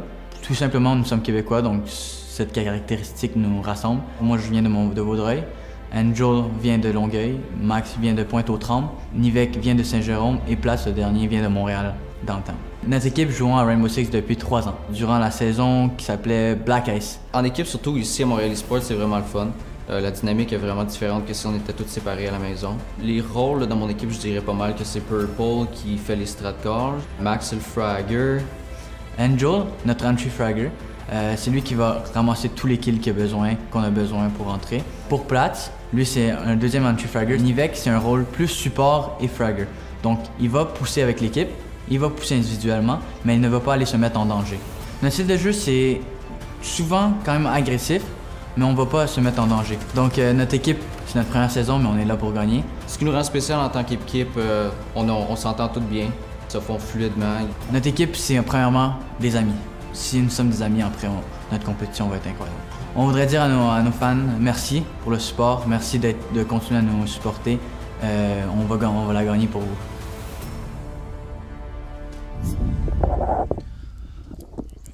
Something French. Welcome back, Grizzlies Team Canada. Wow, what an I was trying to think of what Van said in his intro. Buona then something, but then I'm like, it's easy as that. That's it. Yeah. See, I was gonna ruin that, so I decided not to. But I think I still did. So. Yeah, that was ugly. But welcome back, ladies and gentlemen, to the second game of the Rainbow Six Siege Canadian Nationals, brought to you by Northern Arena, Ubisoft Canada, and Omen by HP. We have a Hibana band coming out from Team Canada to start things off on Oregon. I hope Thermite stays in, otherwise this is going to get messy real quick. Yeah, it's a Blackbeard. Good. I was actually going to say, we talked about it before we went live. If we had a... yeah, love you too, Whiskers. I was actually talking about if we had a game where we just had all hard breachers, Mira, and insert fourth band. Hey, there it goes. There it goes. Echo probably gone next. It should be Call of Duty if we took out both the hard breachers and the Mira. Just taking basement would make your head explode if they reinforced absolutely everything. You'd have to come down Harry Potter stairs. It would be. I think it would be cool. You just see the back push. You couldn't even go back because you can't breach. I'm thinking like, oh, there's a Hibana. They would get the whole back blue walls, right? Yeah. No, that would be smoke plants for days then because you got a glass available. Keep in mind, Mira. Just imagine Mira wasn't banned then, and just hard breachers. Just hard breachers, but Mira stays in. Alibi. Why? Yeah, that's what I was thinking too. But then again, I looked at the team. I'm like, oh, it's Team Canada. It's Team Canada. So yeah, you never know. I got it wrong. Week 1, game 1. Yes. The Team Canada game. I was harping on whoever they were playing for not banning a second operator. Dan told me it was them. It was Team Canada that didn't ban it. Oh. I had the bans backwards. So now you can yell at them. Oh yeah, I'll just yell at them instead. Yeah. But that was kind of the fun we saw coming out. Elite Doc. The new Doc. Yeah. New Doc Elite Scanner looks just like Jordan Bacon, the coach for EG. Actually, now nice that you twirly mentioned mustache. I do see the similarities. Now, we'll see if his stim pistol's the same, though. Probably not. It'll probably have a reskin on it. True. Glass coming out. An operator we have not seen a lot of. He's been removed or not played. I think there's no in between so far. We've seen him a couple rounds. We've commented on him before, but he's never actually had much of an impact on a round before. So 6 picking to the IQ is Niv. Euphoria coming into the game, I guess we should also mention it as well. Yes. So we talked about Davide, currently in Spain. So Euphoria coming in, the 6th man on their roster, formerly, on the team that was formerly known as Nomads, now currently known as Barry's Pals, that just got taken out of CCS for too many forfeits. Okay. Are they actually Barry's Pals, though? Or? No, so in the CL qualifiers right now, they're known as Diplomatic Immunity, I believe. Okay. They currently are tied for like 9th or something in the CL quals, which are also happening right now. Alrighty. So that's fascinating that Euphoria is here. He's a multitasking genius. Well, I mean, I guess they could have had a sub on the ESL roster. Had Euphoria come in for 1 game and then have him go back to the ECL quals, as it is just a best of 1 versus, one best of 1 versus the 7 or 8 you have to play for CL quals currently. I have an itch in my foot, and that itch in my foot is Whiskers spawn peeking. Oh, let's see. I'll see if he itches it. He is. So let's go, baby. Let's go, Whiskers. Is anyone going to come? I don't think they're going to be ready for this. You got 2 coming out. You got Twist. Is he ready for it? Oh, he's pre-aiming it. And he's still unable to land that headshot onto Whiskers. He's going to duck away into Showers and back off as both Twist and Niv are holding right outside of the Showers window, trying to pressure him and keep him contained. Whiskers going to overheal and go for the re-peek. Oh, down to 1 HP, and Niv will shut him down with a headshot. So you were right. Whiskers coming out with spawn peaks. Able to take Twist down to about 20 HP, but ineffective in actually securing the kill. Interesting position from Evil Waffles. Echo Drone supporting Peng. Top basement stairs. Adan. So we got 4 on site. Trying to get him to move. Team Canada, though. Yeah, very anchor heavy. And we mentioned without having Mirror downstairs, it makes things weird. So Whisker's trying to even out the weirdness. There was his rotate being made. But things are still going to get very messy when the push comes in because you're going to have to see the anchors take peeks. They typically wouldn't because they'll have the mirror for info. So it's going to make things very interesting. They're droning all upstairs. They realize, you know what? We're all in the clear. It's time to just start this siege. Evil Waffle constantly on that main lobby Echo drone right beside the default camera. Not really there's no one in position to take any action with that. You got Pang, who's made just a couple punch holes and a few bullet holes in the side wall beside the reinforcement. Mute shotgun from Dan as well. Going to hard hold the stairs with a nitro cell instead of a bulletproof camera. There's 5 bullets left. Yeah, wow. He's he's used a Euphoria's lot. got a shotty too, so I guess Dan was just going for full rotates there. No mirror shotgun. I guess Evil Waffle could have pulled out a supernova as well. We're going to spot twist at the top of the main stairs, just clearing barbed wire at the bottom. Dan takes a little bit of damage, but he's not going to get too aggressive here and over peak. 70 seconds ticking down on the board all the way upstairs. Appears to be Angel? No, that's Max. The glass looking What to an the floor. egg. Waiting for Dan to peek.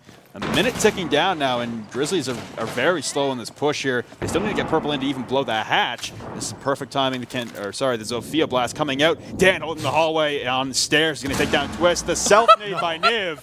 He will go down. You still have Max holding at the top of the stairs, and now coming down to pressure the shotgun is the Thermite without breaching. It's Diffuser lost in the stairs. Dan just pulling a Pengu right now. 1 bullet. On the basement stairs. Ooh. Takes down Max, pulling out the pistol in hand, going for the ace. Unable to secure it. But Angel left alive at about 55 HP. Trying to push down the stairs, being zapped by the Maestro. Evil Eye able to take it down. Smoke grenades in hand, but hatch was never breached by the Thermite. Everyone trying to push a shotgun close range. Pengu 4K comes out. Jeff will clean it up. And Angel will fall. Grizzly. Yikes. Yeah. Oh, I guess it wouldn't have been an ace because of the self-nade from Nib. True, but I think we just give him that. Yeah. But I think the issue there was the hatch was mute jammed. No, true. They're trying to push down. And they're trying to push and break it, but then they kind of ran into the mute. It was a weird situation, right? Because I'd figured maybe they'll nade bottom stairs, force them off, then push You can still get the it. hatch, though, even if it's muted. It has to be right in the corner, right? No, so that's for a Hibana charge. For the Thermite charge, you have to take it to classroom wall and just move it over to the right a little bit, and it'll blow the wall in the hatch. Okay. So perhaps maybe Purple not aware of this, or anyone on Grizzly not aware of this, but pretty simple. Well, they should be aware of it now when they go back. Hopefully. Review your demos. Mm-hmm. Casters sometimes know what they're talking about. Well, Flynn knows what he's talking about. I had to correct. Yeah. Okay. Don't want to give false information. Mm-hmm. Dan, abnormal shotgun, but you know what? It worked. That worked. Yeah, it looks like he's swapping to the smoke now, so he's play a little more traditional. Interesting that Euphoria is already off the smoke. Considering you ran it in the first round, right? Heading upstairs. Yeah, they're not even going to like to bring the smoke now. 6-2 a castle. Dan just kind of cycling through what he wants to play. I'm sure they're asking. It was funny. I was commenting on the second game of Team Canada's that I've never really seen Team Canada run the same strat consecutively. Or ever again, honestly. They run something, and then they're done with it, and they never go back. And Dan actually tweeted at me and said that it's because they never actually know what they're going to do until a minute into the round. And I think that's completely fair. Yeah. Because if you don't know what you're going to do, typically you just wing it. So winging it, typically, there's no pattern to that. So I kind of like the idea. I'd like to see that implemented more, maybe. Seems to work here. But then again, if you're always winging it, you're bound to run into someone who has a plan on the defense. So we'll see. Dan's going to use his castles, of course, in Tiny Closet. So that he'll make him spend some utility getting into that. Pang's going to play top white. Throw his Legion traps all over the place. Whiskers, being sneaky as always, to basement stairs. We'll see him hang around here or rotate all the way around to Watchtower. Very, very aggro right now is Team Canada. Yeah, Grizzlies spawning street, as it looks like they're initiating for a master take, but they could rotate for Dorm's window, shall they please? And Euphoria's already rotated into Arm. That's not Euphoria. Who's that? Is that Pang? No, it's Dan. Of course. On the castle. Been here before. Yes, we've seen this before. The aggressive hold inside of Armory was previously a Legion. Not electing to play in. Oh, but the impact from down below. This is something we never saw from One Way. I think it was One Way anyway that played Team Canada. Into the pre-fires, a grenade being cooked now by Niv. Hopefully it doesn't go for the self-nade. The ADS going to catch it though. Euphoria doing some pretty good placement. Dando about half HP. Just could go for the trade if he wants to go for the suicide jump. The frag grenade coming out once again. He's going to jump and gets disoriented by the Zofia concussion mine as he goes for the vault. And Niv can save his own life in the process, taking down Dan. Absolute madman. Sophia, great timing. And that's how you pressure someone in Armory. You break the floor below, have someone holding window, they won't escape. But Whiskers answers back. A punch hole of punch holes. And I think that was from the window, however. It might have actually just been a bang onto the master balcony, honestly. onto Angel. Unfortunately, that's 2 frag grenades off the board, and they've already used 2. Although covering the main stairs is Twist and Whiskers, unable to land the shots.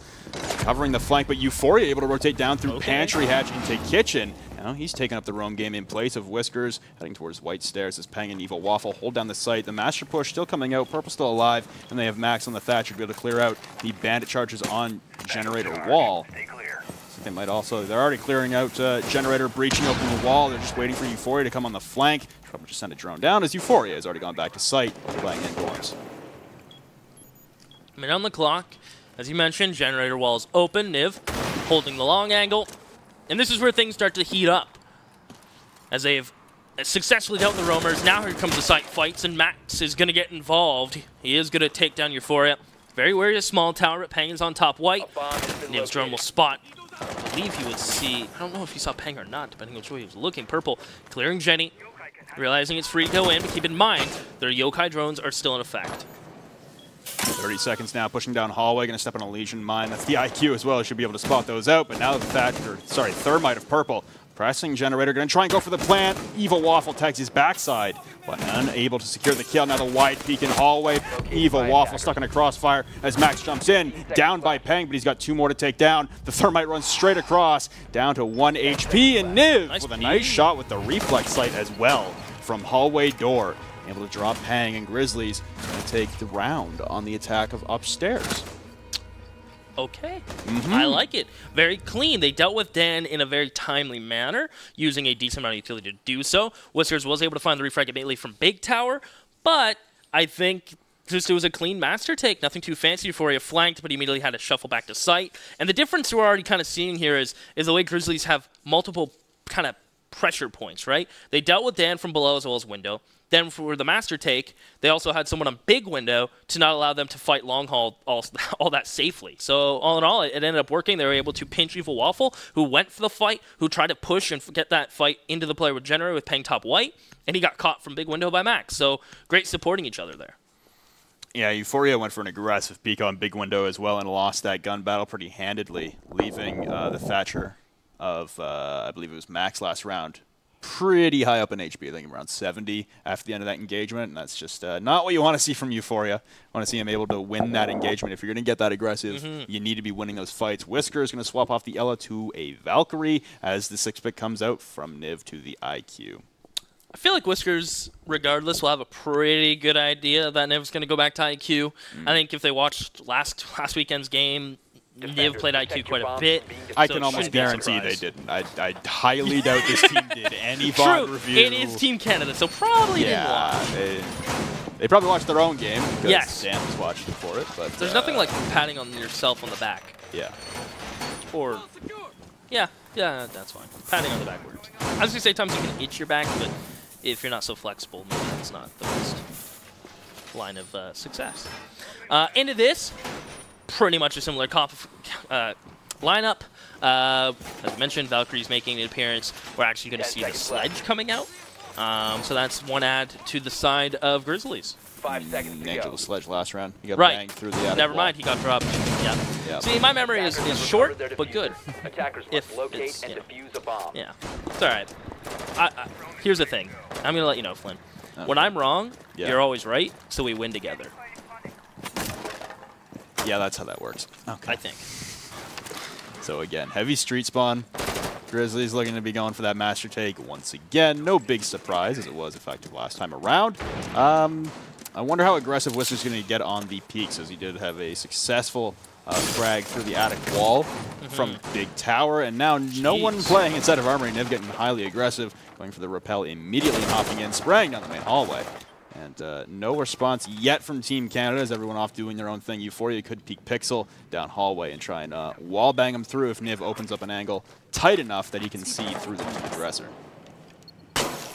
That's what I like to see. Maybe he won't run into a Legion Mine this time, as that happened previously. But won the round, no harm. Default cam gone. That's Angel. Gonna post up on the window. Purple's now gonna get involved after droning for the squad. Lots of drones coming out for an extended period of time to find no one on the roam game. We got 5 topside playing site. You got 3 stacked inside of dorms currently, one playing White Stairs. And honestly, It's taking a lot of time here for Grizzly, and it looks like Team Canada are just going to try and hold site for as long as possible and not really get too aggressive. We saw last time the aggression in the roam game, but now Peng has gone downstairs for a light flank. We did just see Dan make a rotation from kids into back freezer wall, so I think this is a call for Peng to push down, perhaps try to find one of these players, and that way he has a rotate out, but good droning as Twist is on the hunt. Twist and shake, as Peng is doing just that, getting into bathrooms, but now they know where he is. So Peng is pretty much back to the wall, get a frag, try to stay alive, minute 5 on the clock, you can waste 30 seconds without dying. That'd be ideal, but the peek's about to come out. Peng gonna get pressured. Twist, here he comes, very slow, but Twist wins it. Peng not ready for that kind of peek, and now the pressure on the site's gonna come swiftly. You got all 4 defenders remaining stacked up. Max able to take down Dan. That's the smoke off the board. Flashbang's coming in. Not gonna blind Evil Waffle, but Euphoria falls as well. They're just trying to peek in towards your generator. As the plant should be about to come in from Purple here. He's hesitating, going back and forth for generator. Whisker's gonna go for the long rotate to Pixel. Nitro's not gonna come out under the generator wall. He's being sprayed down from Big Window. He's gonna have to take down this opponent, but he gets shot in the back, and it's all up to Evil Waffle now in the 1v5 situation coming out of Dorms. Angel. 2K with the SMG-11 and Grizzlies up 2-1. I think this is the Grizzlies you wanted to see last weekend. They are coordinated beyond belief right now. And I'm very impressed so far with their drone work. Yes, they're taking a lot of time with it, but they leave themselves just enough time, right, to set themselves up for success on the take, because it's important. What they're droning and taking first are already master and the alleyways needed for a site take. So they deal with those first, then they'll deal with the players that might late rotate down like they did with Peng. Dan did a nice job making a rotate for Peng, but Peng simply just got caught in bathroom. Twist is able to take him out. Now, if Peng wins that fight, that flips that round a little bit on its head, because now Peng has full downstairs control, and he can flank. They have to be worried of what can happen. Plus, it's another man on the board for the defense. But the turtling has not been working. Seems there's a soft shell right now from Team Canada. Well, I think, honestly, the lack of a mirror is really showing for Team Canada, yes. Unfortunately. It's not that there's any vertical destruction coming out from down below. You saw Twist as the Zofia downstairs, never use an impact charge on the floor, never trying to push an anchor out of position. Yep. Just kind of standing there looking up through the hatch, gets in an engagement, but all of the defenders inevitably rotate towards the big window. I think Max got 2 from big window, and then Angel caught another 2 trying to rotate at the same time. Like, there's just no information coming out, even with that Valkyrie. I guess spotted out by the IQ, but there's no information coming out for Team Canada that, hey, there's a guy big window and a guy coming hallway. That's a crossfire. You're in a bad situation. Just having that mirror there, honestly, would easily put that engagement in Team Canada's favor, trying to battle with that guy on Big Window. We've seen back-to-back rounds now where an L85 stationed on Big Window has been devastating to the Team Canada defense. Now, here's the thing. Swapping off his Whiskers, a Vigil's going to come out. Do you feel like perhaps this is the answer? He's going to try to get off site, attempt to not get spotted by drones, right? They'll know the general vicinity, but not necessarily be able to pinpoint it. Maybe this is the answer if Whiskers can hang low for a little bit, which isn't really Team Canada's style. No, Team Canada have always been. He's blowing the attic hatch. He's going to be heading towards attic. It depends how much support he has in the room, because it doesn't look like he's going to have any. Euphoria and Peng and Evil Waffle are probably all going to go back to site. And Dan, I don't know what he's got on his mute setup right now, but if it's another shotgun, I highly... he's got an MP5. So he might be going to help Whiskers out on the roam, or Whiskers could just be left solo once again, and he might be coming in for the late flank, just heading to the big tower to try and evade the drones for the entirety of the round. We've seen this a couple times before from other teams in Pro League and in CCS. Did we see that today in DreamHack Valencia as well? No. I thought I saw someone go big tower and chill. But I guess big tower and chill can be a common thing. Twist, default cam blown, looking towards attic. Angel already in kitchen, meal prepping for the week. As he is going to wait for his squad, 217. As everyone is pretty much, this is the setup we saw Team Canada win with. But it was a big individual play from Dan, who is trying to have some effect from meeting. Won't be able to find anything, and I imagine he's going to fall off eventually because he's going to get pressure from multiple angles. But he is going to go back and try to meet up with Whiskers, so this can make things interesting. Throwing the barbed on the main stairs, the mute jammer is going to be an issue. Again, for Purple, if he's unable to... I guess they've blown out part of the classroom wall, but you can still get it on the far right. Purple just going to be dropping down the thermite charge on the main hatch. It's going to blow anyway, as I guess Twist is pushed down far enough to take down that mute jammer on the island. Spraying in towards hallway after the Evil Eye was disabled above the laundry bin. So we're waiting on this flank to come in from Dan, who's playing tower stairs. Whiskers very close, right beside him, midway through the round, as the full attack towards the front of the lobby. And lobby stairs is coming out from Grizzlies. He's going to take down this Evil Eye with the frag grenade. Don't know if he actually timed that properly or not. The explosion might have been close enough. It is, but he's got another one right beside the laundry bin. So Grizzlies in for a surprise once they push down. 70 seconds remaining, still a 5v5. And you have a two-man flank prepared to come in through attic. Oh, they're going to get moving and grooving now. Dan going to C4 open and rotate and drop down the hatch. Into meeting he'll go. He's looking towards kitchen, spotted. And now the gig is almost up, taking damage as Peng with the camera is going to be able to take care of Purple Evil Eye. Raining damage, Angel is going to be able to take care of Dan. A wild push from Whiskers will get punished. And a 4v3 with 45 seconds, and Niv's going to find one more. Things are falling apart now for Team Canada. Trying to finish up Twist as he's at the bottom of the main stairs. Niv's going to have to go down for the revive. Evil Waffle's going to have the information on the Echo drone. He's waiting for a back-pushed box, which looks like Max is going to go for it. Peng also on that last Evil Eye diffuser recovered by Twist. Tagging him a couple more times, that Evil Eye. He's got to be careful. Not sure if Niv doesn't have another frag grenade. Evil Waffle would take down Max, who went for that drop-in box. Now it's up to Peng and Evil Waffle. Angel going to take down Evil Waffle as he tried to go hallway. The plant going down behind Laundry Machine. They got the double cover from Hatch, and they've got a player pressing in behind Supply Room. Peng stuck inside a Laundry with nowhere to go. Unable to hit the shots onto Angel as he ducks in behind the bomb. That's Grizzly with a 3-1 lead on Oregon. Looking clean. I mean, perhaps I feel like swapping out one player shouldn't make that big of a difference, especially for a pug team like Team Canada, but Grizzlies are bringing the heat. They have the takes, they have the roam clears. They dealt with that player pushing down meeting very effectively, didn't let themselves get caught off guard, get an Angel to find that frag, then continue to push, get backside pressure, again, 2 points of attack while taking a site, and it started to just slip away from Team Canada. They got a couple frags back. The Evil Eye was able to find success, the surprise one, but Grizzlies, this is the Grizzlies you wanted to see, and now they're here not holding any punches. Yeah, it's just a little unfortunate that Dan wasn't able to do a whole lot with the flank coming through attic. Went for the bait, nitroing the attic rotate beside the one reinforcement, and while simultaneously dropping the attic hatch into meeting. Can't land the shot on the guy holding from kitchen through the pantry rotate. Can't hit the rotate, or can't hit the shot on the guy holding the meeting double door on the right-hand side.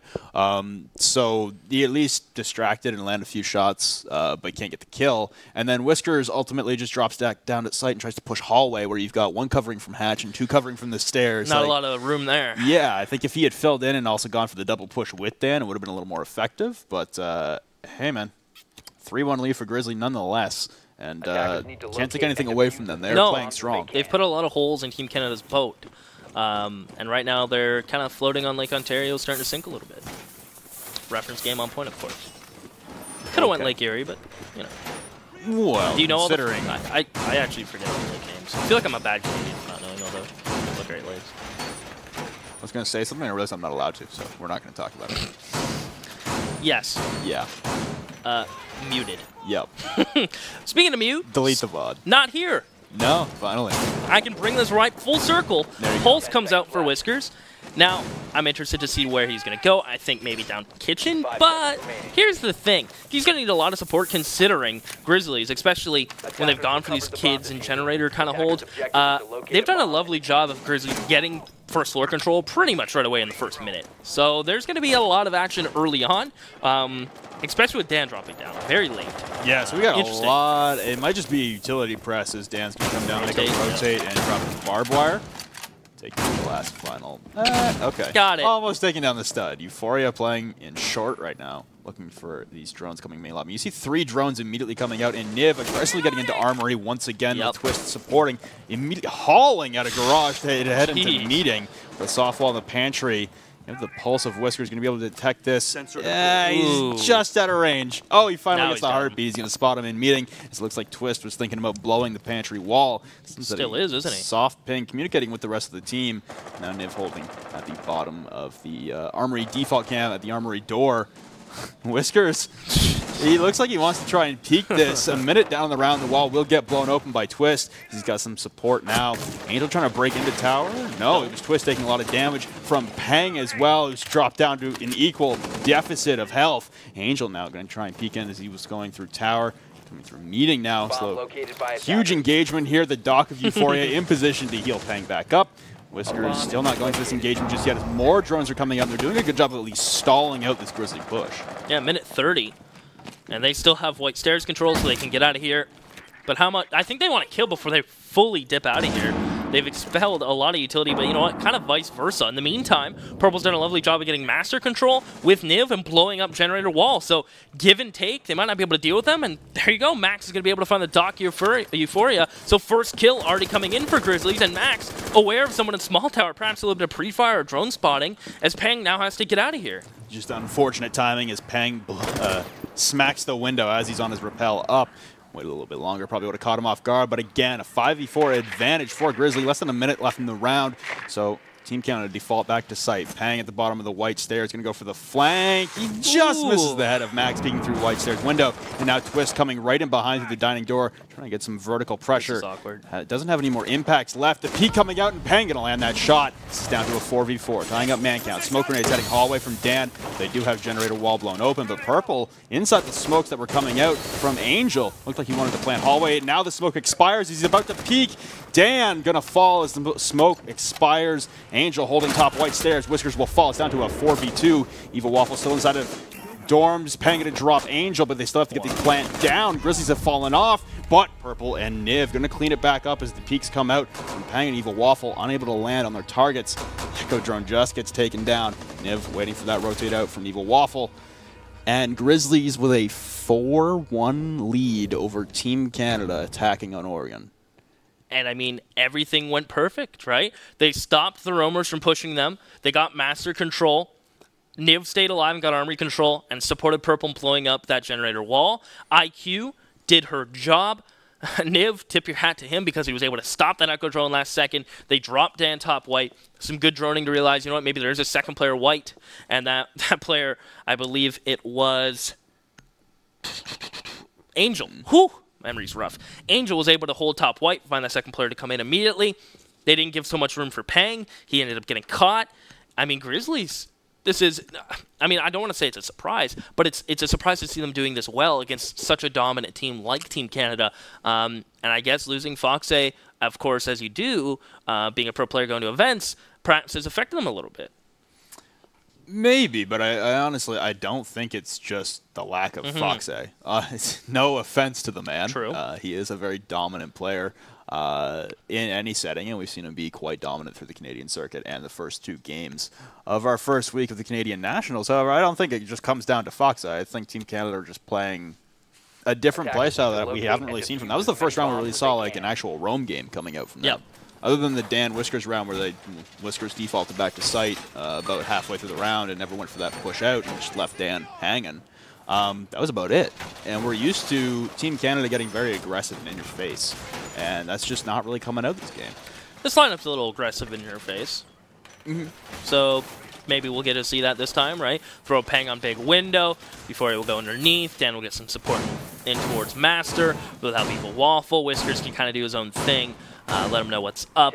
He will spot Echo Drones. He'll know where the ADSs are. And he'll see Purple's traps. So Comp's kind of butting heads here a little bit. And I think Angel's trying to set up a cheeky little one-way for himself, a tight angle as he lays prone in the doorway through long haul. I think that's the idea. Yeah, we've seen that be set up a couple times before.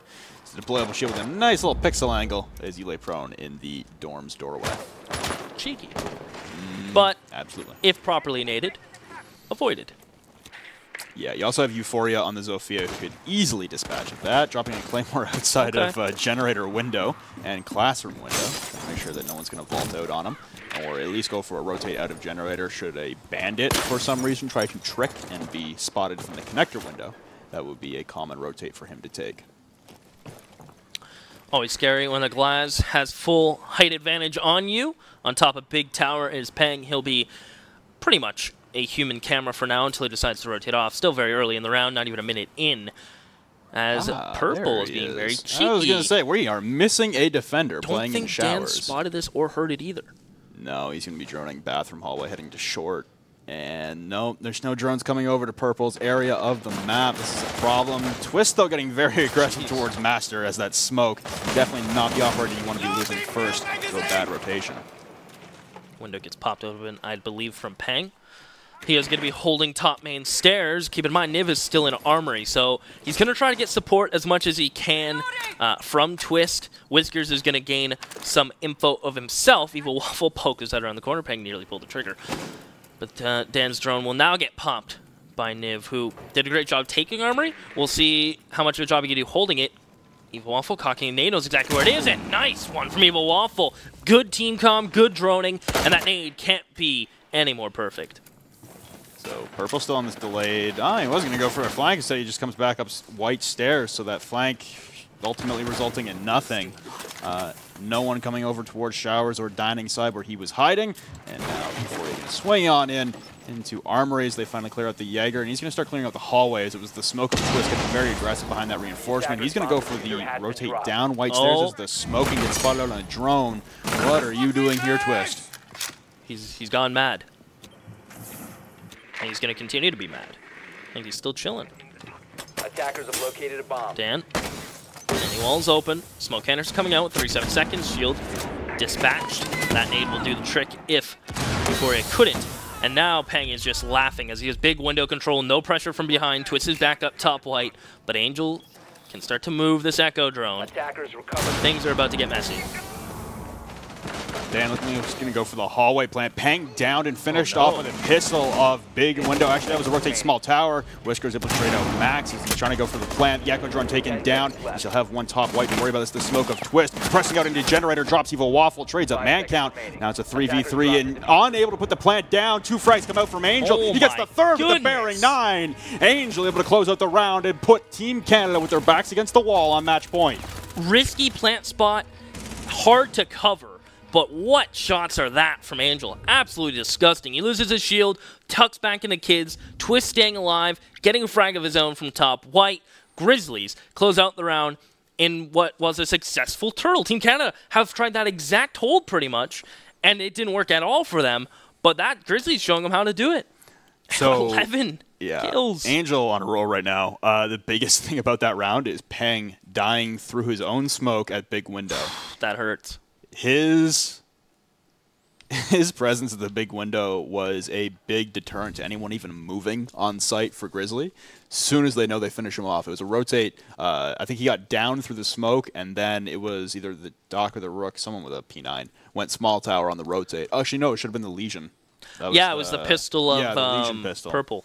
Yep. So the rotate small tower is what inevitably finishes them off. But as soon as they know there's no more glass peeking through that smoke, everyone goes for the rotate. You saw Twist come through Generator and get very aggressive onto, I think it was Evil Waffle.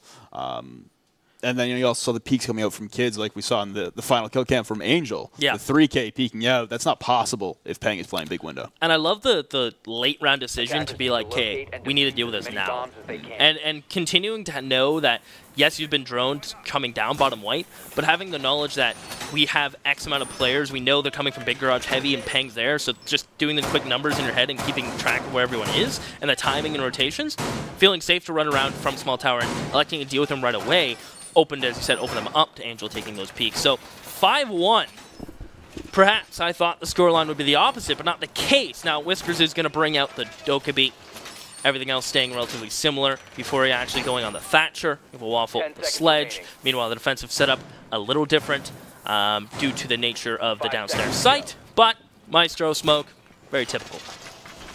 Well, we saw this almost turtle strat come out from Team Canada in the first round, and it worked beautifully by simply just having Dan pull a Pengu, play the main stairs with Shoddy, and dominate, have everyone push down upon you. The only round they got is when one player went absolutely off. Well, Purple not going to be replicating that, bringing in 5K on mute and a Nitro Cell. We've seen the bulletproof camera a couple times come out from different operators. Max has the ability to, but also going to be bringing impact nades that he hasn't utilized yet. So there's maybe something. I guess having the Evil Eyes on Maestro, you kind of don't feel the need for also a bulletproof camera with how easily it can be dispatched in comparison to an Evil Eye. But lots of pressure main lobby currently for Team Canada. They look very tentative, though. I was wondering where he was going to put his other 2 mute jammers, as he had 2 left by the time the round started. But Evil Waffle opening up a nice angle for himself. He'll drone now down main.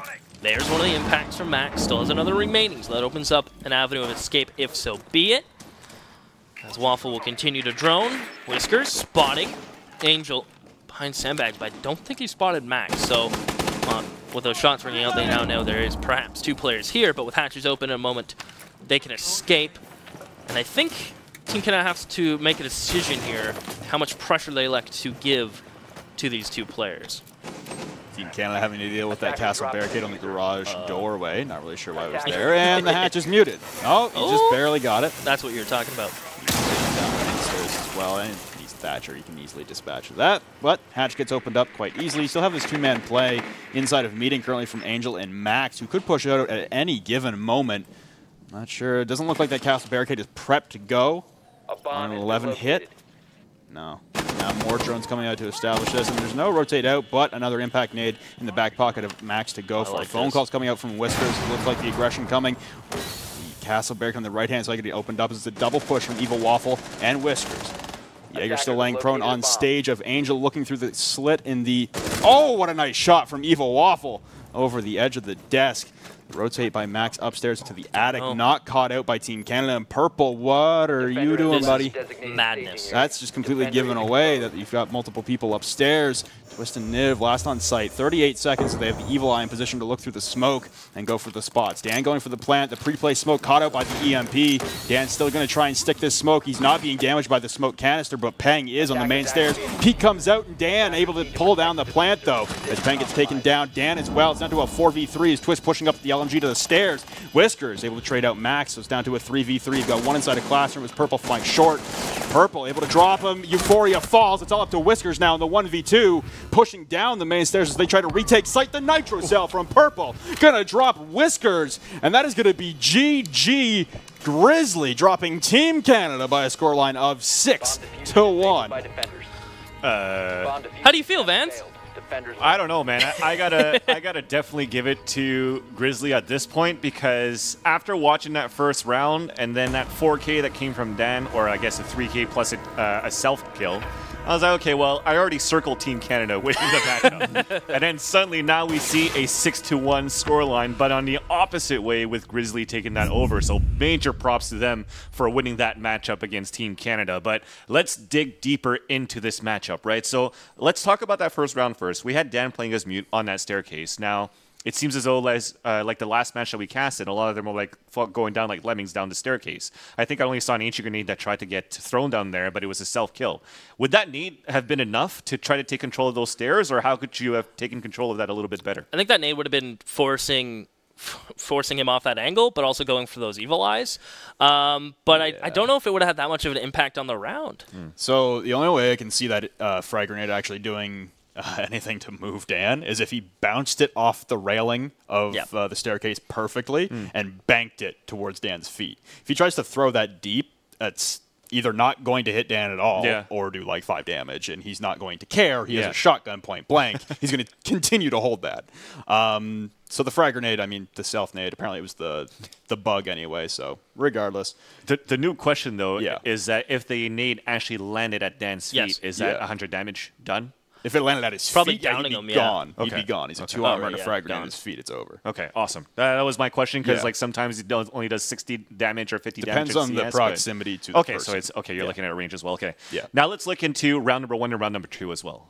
More specifically with Team Canada, I think this was basically a round where we saw Team Canada play this very aggressively on the defensive side, and they've lost that at least one player very, very early in the round. So what are your thoughts on the aggressive play of Team Canada on those rounds? Dan got really aggressive in armories, right? Because he realized I'm stuck, right, at that round 2 when he jumped out the window in Armory trying to challenge Niv with the IQ, repelled. He got pinched from below, Zofia, opening a wall below him. Dan says, well, you know what? I don't have main stairs pressure. No one's there to cover me. I may have Whiskers all the way back at Big Tower, but not much he can really do. So he kind of tried to make a play, jump out a window, because he realized he's pretty much dead already.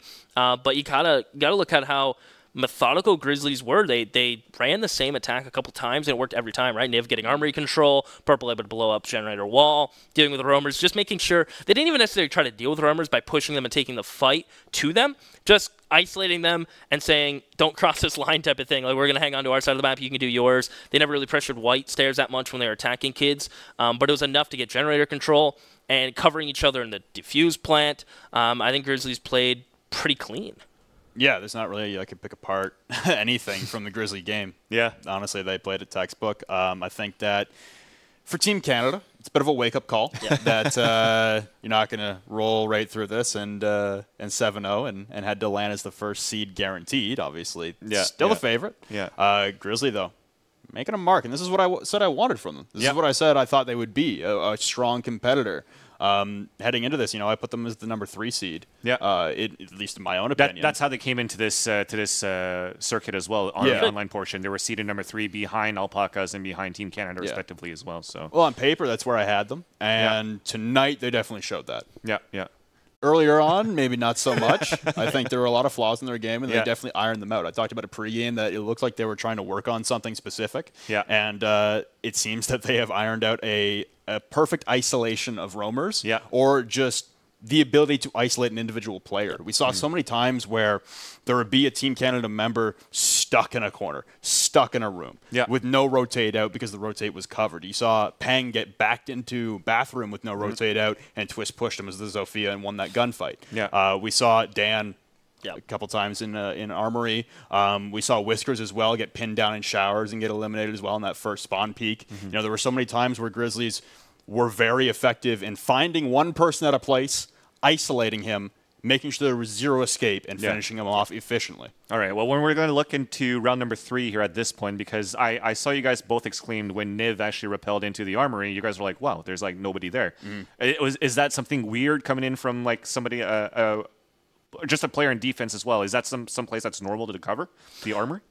Typically, you can give it up. Yeah. You can fight it. It's kind of like a give or take type of thing, but if you want to hold it, you almost need someone in Hall to support it. I was really just surprised by the speed of it. So he goes for the rappel up, immediately breaks the window, immediately goes for the rappel. No hesitation. There was a drone in the hallway that I saw. Maybe there was a second drone circling underneath his feet that I couldn't see, but that was just a very quick entry. Yeah. And that just speaks to the efficiency more of Grizzly, honestly. Throughout that entire game, that was a very efficient game from them, and the drone game and pushing with the drones. It's a hot topic. I was about to say that. Coordination and drone, you mentioned that, Seaside. So at least we were wrong on saying that Carleton Ravens have facilities and they get to practice. They don't, but at least Grizzly do. So they swallowed their pride on that last matchup that versus the Team Potato, and now they come up 6-1 against Team Canada. But, I think when we looked at that first half, every single round was a Team Canada losing a member first. If not all 5 rounds, at least 4, because I noted that one down. The only one I don't have a note is round number 4. So we got to say that Grizzly did that pretty well on the defense. Now, round number 5, I want to talk a little bit more about Purple's position, because you said that he was able to sneak through towards that bathroom, and that was going to be something that was key. So I know he rotated back because GRZ, I think, died from a nade, so I guess he rotated back instead of flanking. So how important is that position, or how sneaky was that of his play for Purple? Well, it's not that it was like a specific position that was insane. It was the fact that most clears on Oregon go west-east. You start small tower, you move showers, dining, kitchen. Clearly, Team Canada had something else in mind. They wanted to go for like immediate armory master take.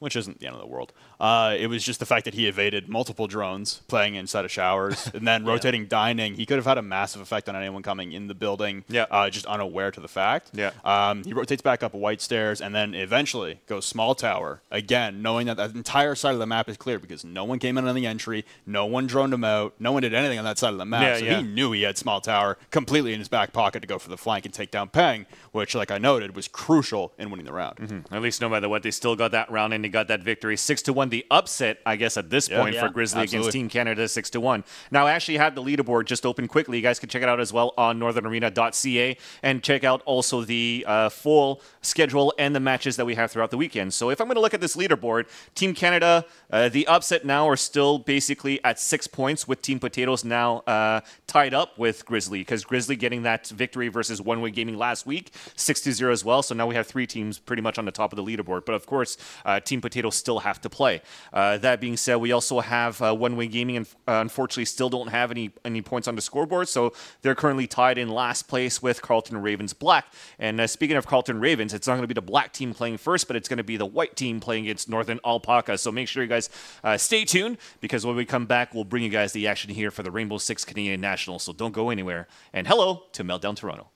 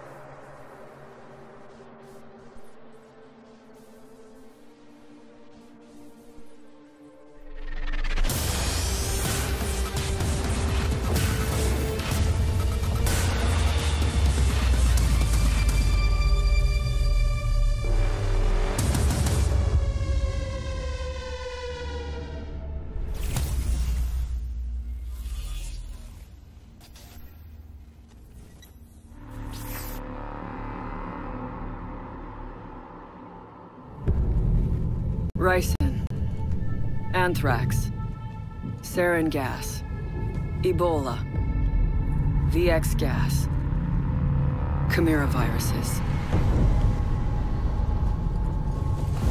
Some enemies are invisible. But the CBRN threat unit is Rainbow's shield against those enemies that can kill you with a single drop of blood. Nanobots online. Big Brother coming in for Overwatch. Or one wrong breath.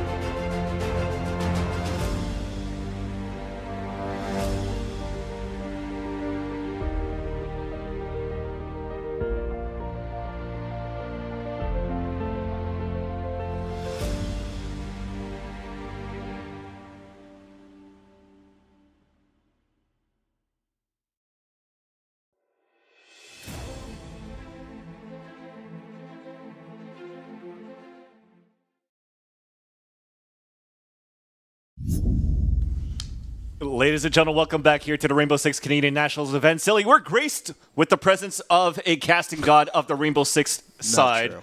It is Parker and Tara. Welcome, dude. Thank you. It's nice to be back here. Yeah? Yeah. Back. Well, I mean, I casted the inaugural season for a little bit alongside Flynn and This guy? Seaside. Yeah, so yeah. alongside him, it's nice to. I guess technically we're not sharing a desk because there's. We could always fix that. We bridge the gap. I love how this actually starts off very well. I'm already blushing. Me too.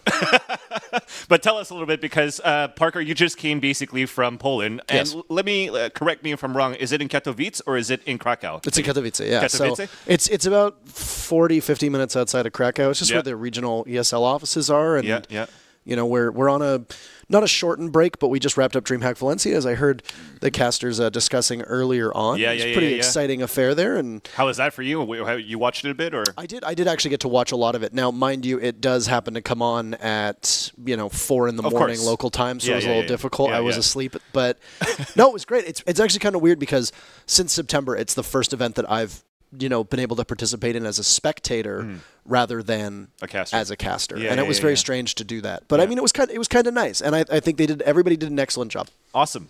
Well, now that you're here, you're going to be with us basically the next two matches. So the first one coming up here is Northern Alpacas versus Carleton Ravens White.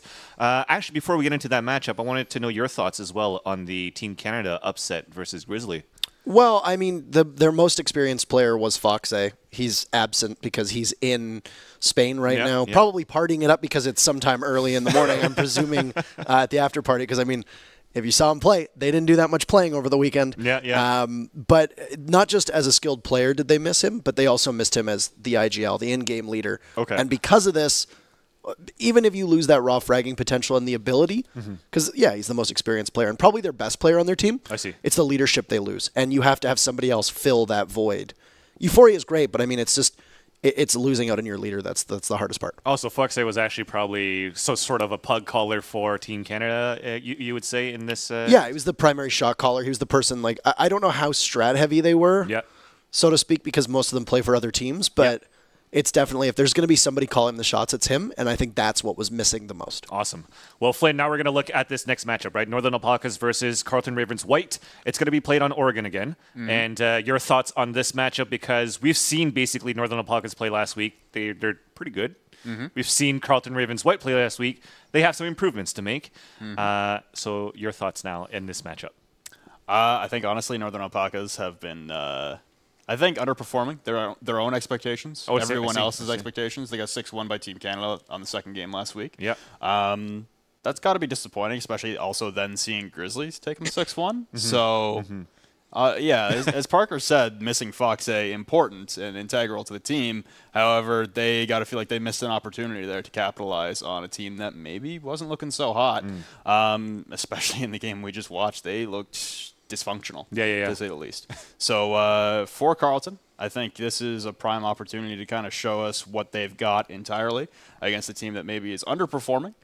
Or this is going to be the absolute bounce back that Alpacas need to kind of reassert themselves in the standings and now try and catch up to Team Canada. We've talked about Team Canada being that presumptive #1 seed the entire time. Now this is a good opportunity for Alpacas to try and take some lead and take some control in their own destiny. Well, you're just dipping your toes into this matchup as well because you didn't really have a chance to see the matches last week here, Parker, but your thoughts at least on the roster of Northern Alpacas, because you guys talked about it a little bit before we got on air. You kind of know the team under a different banner at this point as Northern Alpacas. I mean, the core of the team was set to destroy X, the team that finished second. They always seemed to trail Team Canada in terms of success in the league last year, and I mean they made it to LAN, which was a huge accomplishment for them, but it wasn't the result they wanted. It was, I believe, a 3-1 in favor of Team Canada, if I recall correctly. At LAN? At LAN last year. 3-0. 3-0. So there you go. You do excuse me. I showed up. I did show up to the LAN. I showed up very late. You had been casting all day that day. Yeah. So I mean, I forgive me for not knowing it was a 3-0, but I think you're forgiven. You're a god of Rainbow Six casting. I don't. There are no gods of casting, but. I think that they've got a lot of potential here. One of the best aspects of having a Canadian circuit is, for example, Carleton could field a team. There's dozens of Canadian universities and colleges that are able to produce teams, and it's been interesting to see how esports has picked up in terms of significance for post-secondary education. Ryerson, the Rams, they have a huge esports division as well, where they like to pride themselves in the success of their teams. It's cool to be able to see teams get here. For Carleton, it's going to be an uphill battle because you're going against a team of people who've been in the scene for quite a while. They've got proven success.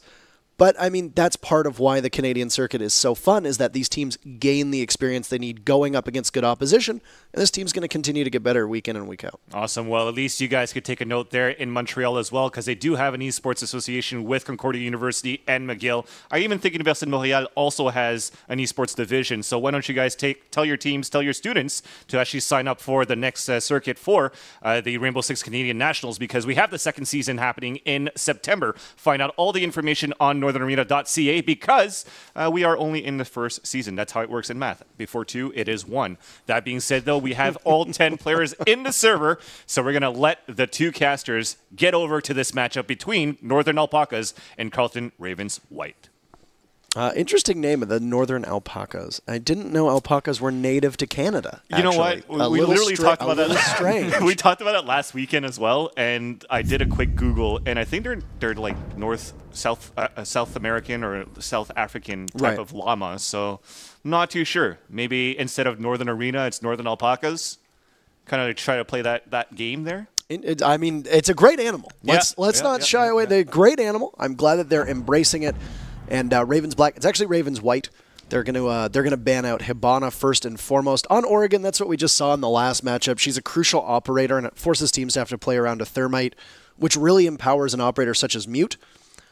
Usually we'll see a team possibly counteract by banning Thatcher or even taking care of Mute on defense, just in order to try and hurt the attackers as much as possible, or for the attackers maybe gain some ground back on the defense.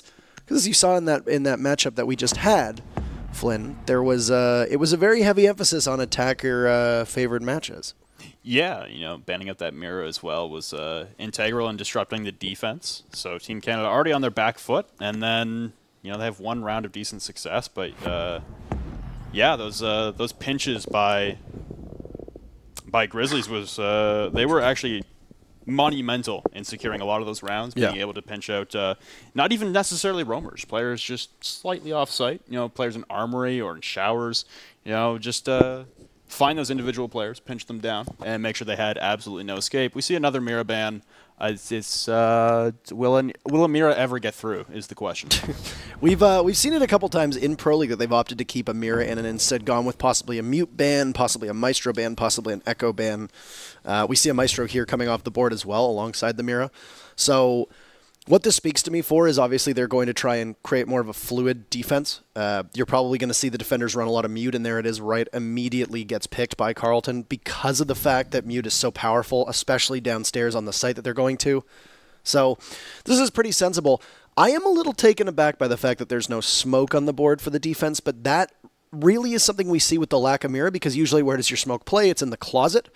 You can't really guard the closet the same way because you don't have the Mira window there to give you that information. And there's also no Maestro Cam, which we've seen teams use as well, to put on the outside of the closet to give you that extra bit of information. Yeah, the one thing I want to see improve here is, I remember almost too vividly, was that we had an Echo from this certain Ravens squad playing on Oregon, and they were stacking a deployable shield inside of laundry by the rotate and putting two people in behind that deployable shield, acting as if it was an impenetrable wall. Thankfully, they do have a Jaeger this time to hopefully catch out those nades, but I really want to see some improvements on positioning coming out from Carleton to start things off. Very confused as to why there is no Thatcher available for Northern Alpacas. Now, especially with that 6-pick going over, Joe had used it to take care of the IQ, which is very sensible. Obviously, they saw the Echo was on the board. It makes a lot of sense for them to run an IQ. She's seen her pick rate steadily increase over the last couple months because her gadget just brings so much to the board. She's got 3 speed, she's got a good gun, she's got, well, I guess multiple good guns depending on how you want to play it. We saw the AUG being used in the previous matchup here. I'm assuming the 5.56 Commando is probably going to be the go-to, but yeah, it's very sensible, but still strange to not see a Thatcher, because if they can't take care of that Mute Jammer downstairs, this could cause a big headache for Northern Alpacas to be able to get that front hatch. It's only a solo man roam game, and Dr. Odd going to get spotted out immediately. Dr. Odd, if anyone is curious, is formerly IBP_Skadoodle. The former in-game name has swapped it out. So yeah, we're playing 4 on site currently on Oregon, just leaving the 1 man on the roam, and we saw this from Team Canada as well. We saw Whiskers go out on kind of that solo roam until Dan joined him about midway through the round, and then Whiskers inevitably opted to go back to site. A 3-man push coming in through Master, heading down the Master hallway, trying to spot out Dr. Odd, who's evacuated all the way to Tower, so he could come in for a late flank. But like you said, that Mute Jammer is going to be the next priority as they start to aggress towards site. And one of the things with the back tower presence is that, yeah, it's great for a late flank, and you can really capitalize if they've got somebody standing in meeting who happens to be looking the wrong way, or if there's nobody watching the late flank inside of the main lobby. The biggest issue is that there are a lot of times where teams will take advantage, if they are particularly skilled teams and have a good bit of coordination, they might leave you and just force you to have to retake, and at that point, you can't really do as much because it's too late for you to be effective to your team. You'll see Dr. Odd here will get a couple shots in through the penetrable wall and now make his way back down to the rear side of what we've called Harry Potter by the back stairs, which he's just playing on the main set of stairs, trying to watch up and see if anybody's going to push towards him. It's been about a minute and a half through the round. They've taken care of that front wall, which also blows up the hatch. So Mute is not as valuable because of the way that they played the exothermic charge. It's pretty standard for a Thermite to do that. You can kind of negate the power of a Mute that way. First kill is going to go out to Crusher, though, as Berfaso takes a fight as an Echo that he really shouldn't have probably taken. It's a lot of utility that's going to be lost from the defenders, with both of those Yokai drones not being able to do that late round disruption that it's so used to doing. Valley trying to go into the plant here. They've already burned 2 smoke canisters on the side of the defense. Plant coming down now with lots of cover, and Northern Alpacas seem to be in a perfect position. There's no Echo drones to stop this plant. There's no flank coming from Dr. Odd, but the double nitro from Pill is going to drop Prince Ali and Crusher. That's their smoke grenade wasted as well as they tried to go for the plant. Snuglin's going to drop down the main hatch behind Island and try and cover this late push from the defenders to try and retake. Snuglin manages to get the kill on the Nursery as Nursery pushes in, but Pills, with 3 kills on the round, will be dispatched from Joe and leave us at a 2v2. Plan has not gone down, but there we go. Actually, it has. My apologies. Joe gets the kill on a Dr. Odd, and it's left Cold Rain in a position where he, in a 1v2, has a very powerful gun on defense, but will have to take an engagement with about half of that timer to go. And the trickiest proposition is it takes 7 seconds to defuse. He's going to have to do that with 2 bodies still alive. Works his way through closet and watches the open hatch. Assuming that somebody will be playing in Classroom, it's a pretty safe bet to make. As Cold Rain circles looking towards the Classroom wall, but looks away expecting a push from the stairs. Not sure if that was a particularly bad call from his team. Always hard to tell, but doesn't quite do it. And Joe getting the final kill. That'll be Northern Alpacas stealing the first round. So a significant lack of a roam game coming out from the Ravens white squad there. And then, honestly, just a perfect execution onto site. You saw Pills' Nitro Cell be a catalyst in that round to try and dissuade the plant. They had already used 2 Toxic Babes from the smoke. They used their last Nitro Cell. It's just coming down to peaks at that point. And the Echo coming off the board first, trying to lay prone, trying to peek with a bearing 9 towards stairs. Not the optimal position to... You can still spot on the Echo drones, but you can't deny the plant at that point. Yeah. So taking the engagement and maybe the improper time, they'll like to head back downstairs as well. So I guess they're feeling like maybe 1v2, both lit attackers left. That Nitro Cell really being the saving grace for that round for them. But I guess they feel with a slight tweak, they might be able to win downstairs. I mean, if you just looking at the composition of the defense, you knew that there was at least 1 Nitro Cell that was on the board, right? You had the Mute still in play. There was no way around it. You had to assume that the Nitro Cell was going to come out. Maybe that was an oversight from Northern Alpacas because most people just assume, oh, there's no mirror, there's no Nitro Cell. Well, that's why you have a Valkyrie available if Valkyrie is in play. In this case, it all rested upon the shoulders of Mute, and I got to wonder what Crusher was doing. I mean, Crusher's been he's played at a level where that's a very silly mistake for him to make, standing up on that washer, not expecting a possible Nitro Cell to come out, and it's telegraphed on this particular site. You know it's going to come. And especially if those Yokai drones are still in play, as you said, you can mark on them. That's information that's being given to the defense to assist Pills.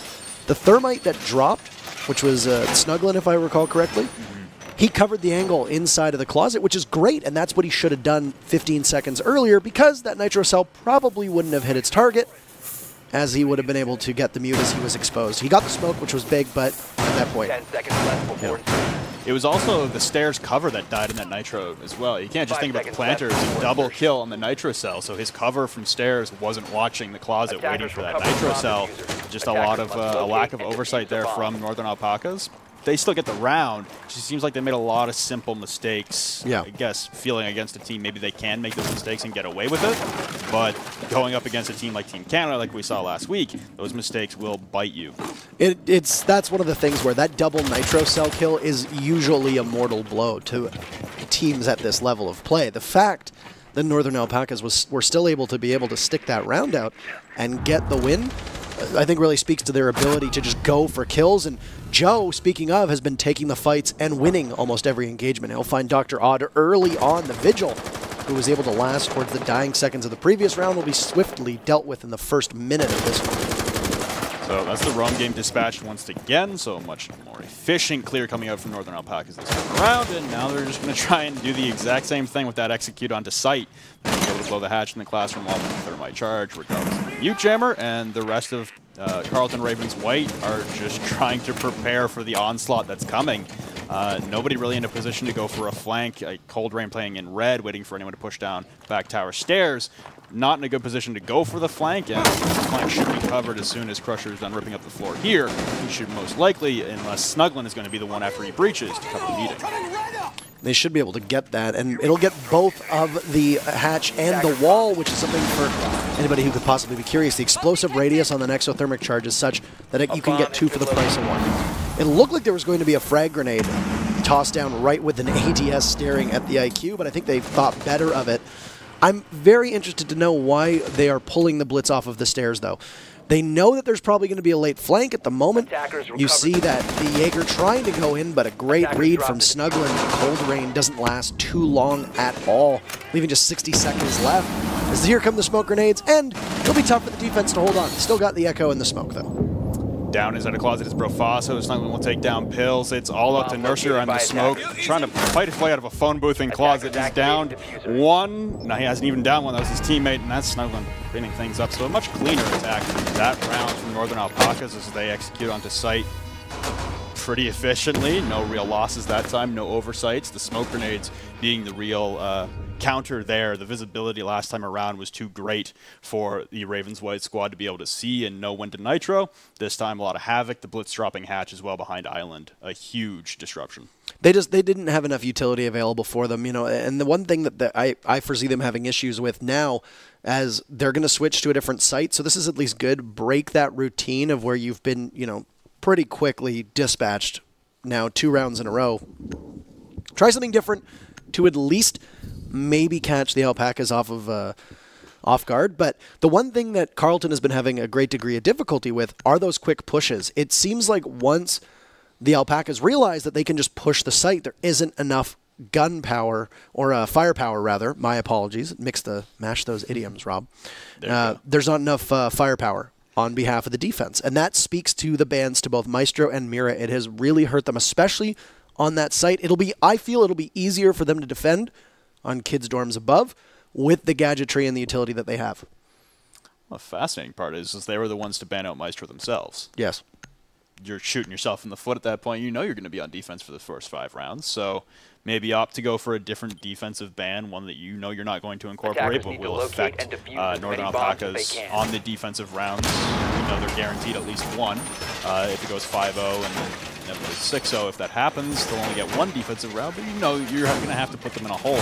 So maybe go for a target ban that won't affect yourself so greatly. It's funny because when the operator bans were first introduced, it seemed like banning Hibana on this map really empowered the defenders, even with Mira being banned out, because with those X-Karos, you have the opportunity to take 3 hatches. Usually you'll take the 2 in Meeting Hall and you'll take the 1 over top of Laundry. Very easy. You can even bring a Thermite if you need to. If you need a secondary hard breacher, you don't see it all that often, but it was available to teams. Now we've seen that the defense are struggling much more with Mira being banned and somebody else in order to work with Mira. Possibly a Valkyrie, possibly a Pulse, possibly a Maestro or an Echo.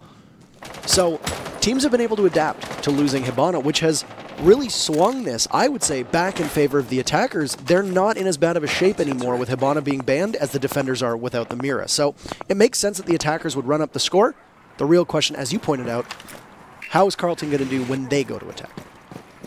Yeah, the biggest difference between having that Hibana and the Thermite to advantage is really having those X-Kairos charges, at least 1 remaining after you blow the first 2 primary hatches, to then try to take down the Mirror if there's no bandit or mute. With no bandit on the board, you really only need those 2 Thermite charges to get the classroom wall hatch. Puck charge coming right against the wall. Brofaso is that pulse. I'm not sure if Joe is aware he's here. The flick coming out. Brofaso missing the shots, and he's going to get taken down by Joe. Unfortunate for Brofaso to not be able to capitalize on that surprise. I don't think he knew the pulse was in there necessarily, at least not at the start, expecting maybe somebody to be there as he heard that cardiac sensor get put away. But you saw that Brofaso had taken some damage actually earlier on. Missed me! And then more than anything, obviously having to deal with the fact that UMP does so little damage if you're not hitting those headshots consistently. A bit of a misplay as Jims does some damage to Prince Ali. Right on the stairs, but Crusher getting a kill onto Pills as Dr. Rod trades that one off with Jims, but Prince Ali jumps in, Joe getting one, and there's only 1 left. It's Dr. Rod. He's going to work his way up white stairs, looking for another. The Buck will just feed himself in, and possibly one of the best weapons in the entire game. The SMG-12 in hand. There's a disco light show on the stairs. He can't see a single thing, and Snuglin is there to finally put away the last member of the Carleton Ravens white squad. It's going to give Alpacas 3 in a row. Props to Joe. I'll give him some style points for the attempted 360. Ineffective, but the Candela's ultimately putting Dr. Odd to his demise. Back upstairs we go on the defenses. It looks like Carleton White, honestly, just unable to gain any kind of momentum.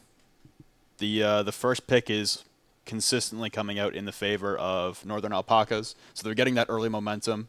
Yes. And there's only really one roamer. This time we saw the attempt at 2. We saw Brofaso on the pulse playing deep and dining, away from any kind of support. I was a little surprised that Dr. Odd, as that vigil, wasn't trying to at least go over and refrag. He backed off and played more sheltered inside a kitchen while being surrounded by attackers.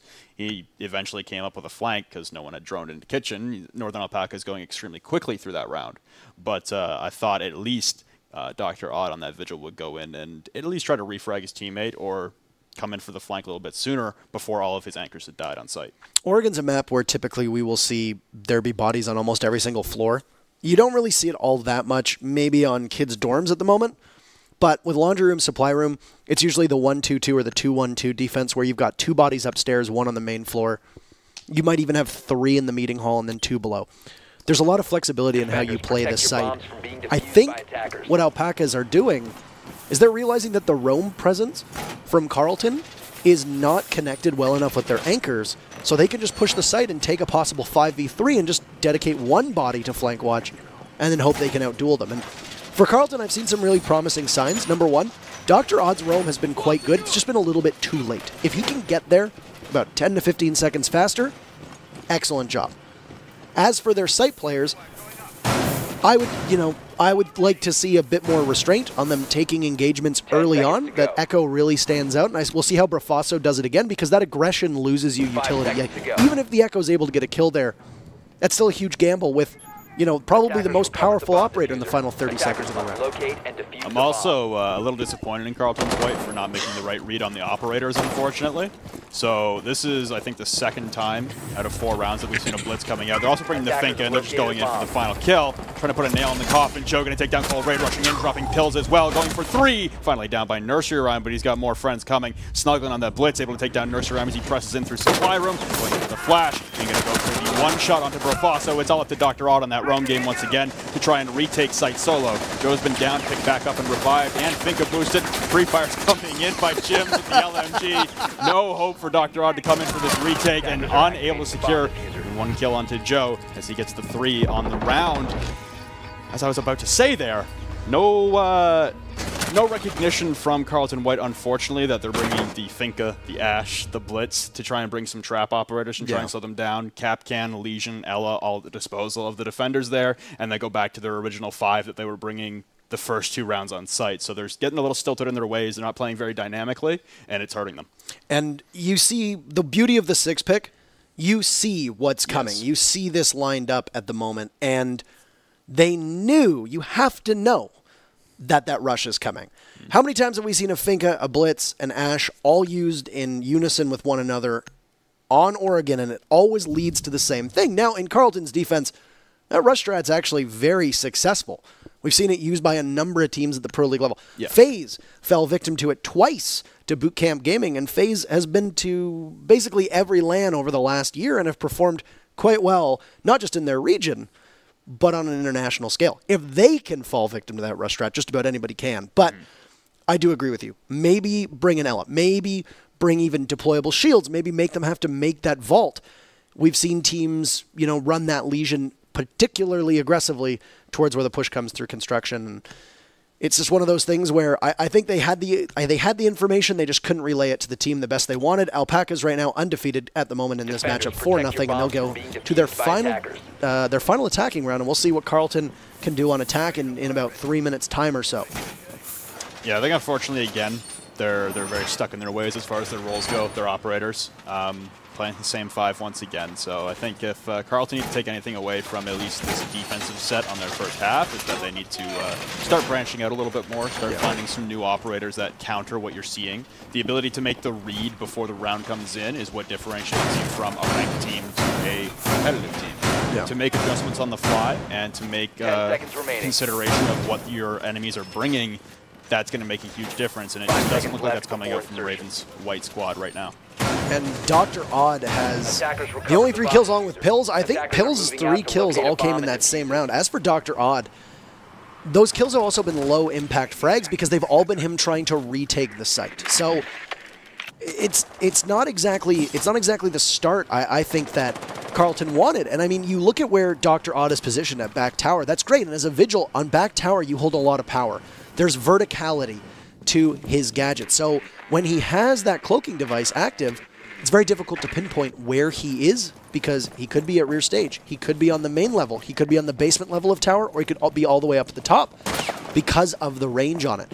Crusher actually almost getting a shot by his teammate as he works his way into meeting hall. But just as Dr. Odd is going to try to rotate, I think the read comes out from Alpacas for them to understand that, uh-oh, he's in a lot of trouble. And is that Crusher running the LMG as well? Yes, Zofia LMG coming out on Crusher with a holographic sight and some breach charges. So fascinating lineup.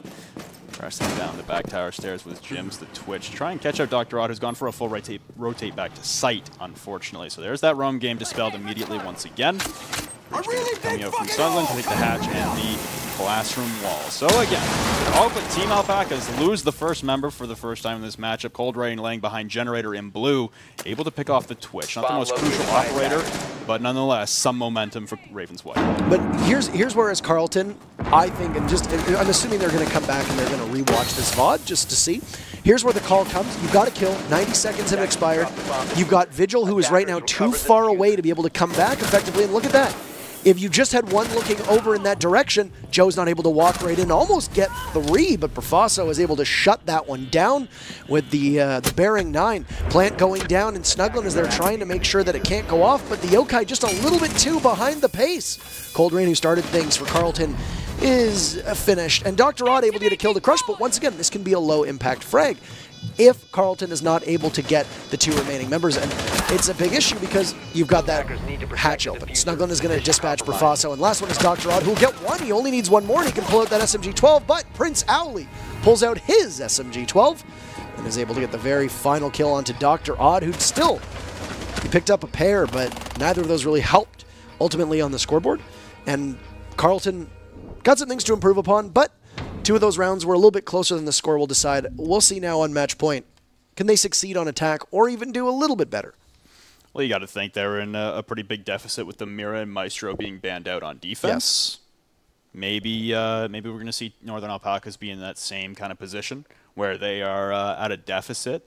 I will say for Carleton Ravens, I think more verticality on their play. You talked about the 2-1-2 or the 1-2-2 on defense. For as far as positioning for defenders, it would have been at least a time burner at the very least, because at this point it's the same thing happening for Northern Alpacas. They get that man advantage, and like you talked about, there's not enough utility or gunpowder on site to be able to repel that onslaught. Yeah. So at least being able to burn the time, that's another utility that you're at least taking away from the attackers by being a nuisance upstairs. Even if you're not getting the frags as a set of roamers, you put your team in a bad position being 3v5, but if you've killed 1.5 minutes, 2 minutes on the board, you've severely hampered the ability for the attackers to have their way with you like they have recently. And I think a lot of new teams, especially when they're trying to figure out exactly what they want to do on defense, and Joe, oh my goodness, he's right having now, fun on that Ash. He's having a good day right now. Joe's having a great day. It's so excellent. Excellent contribution, and a lot of those have been, of course, high-impact kills. He's been able, most of them coming with him just sprinting into sight and getting lead-off kills, both as IQ and Ash, putting those 3 speeds to great work. And, well, would you look at that? He's playing a 3-speed on defense as well as he'll be running the Vigil. With the roam game, a lot of new teams need to realize, and I think this happens to everybody, and teams that are still, honing their skills, sharpening their knives, etc., is that the purpose of a successful roam is to kill time. Cause the attackers to have to invest in finding where the defenders are, and fear a possible site retake, because oftentimes you can ignore roamers at your peril because they can go for a retake, especially when you have very conveniently opened up the hatches for them. That's very nice courtesy for you to provide. 5 seconds left before. Unfortunately for Carleton Ravens, I've seen some things that I like on their anchor play, but they're being hung out to dry by how disjointed that roam play is. And that's something that, if you can tighten that up and kill possibly 1 minute to 2 minutes of time, and then put yourself in a position where, you know, you can manage to get back to site. But against an experienced squad like Northern Alpacas, it's difficult, because if they successfully read that you're too far off site, then they push. And like I said, they put you in a situation where you need to retake, and that is not easy to do.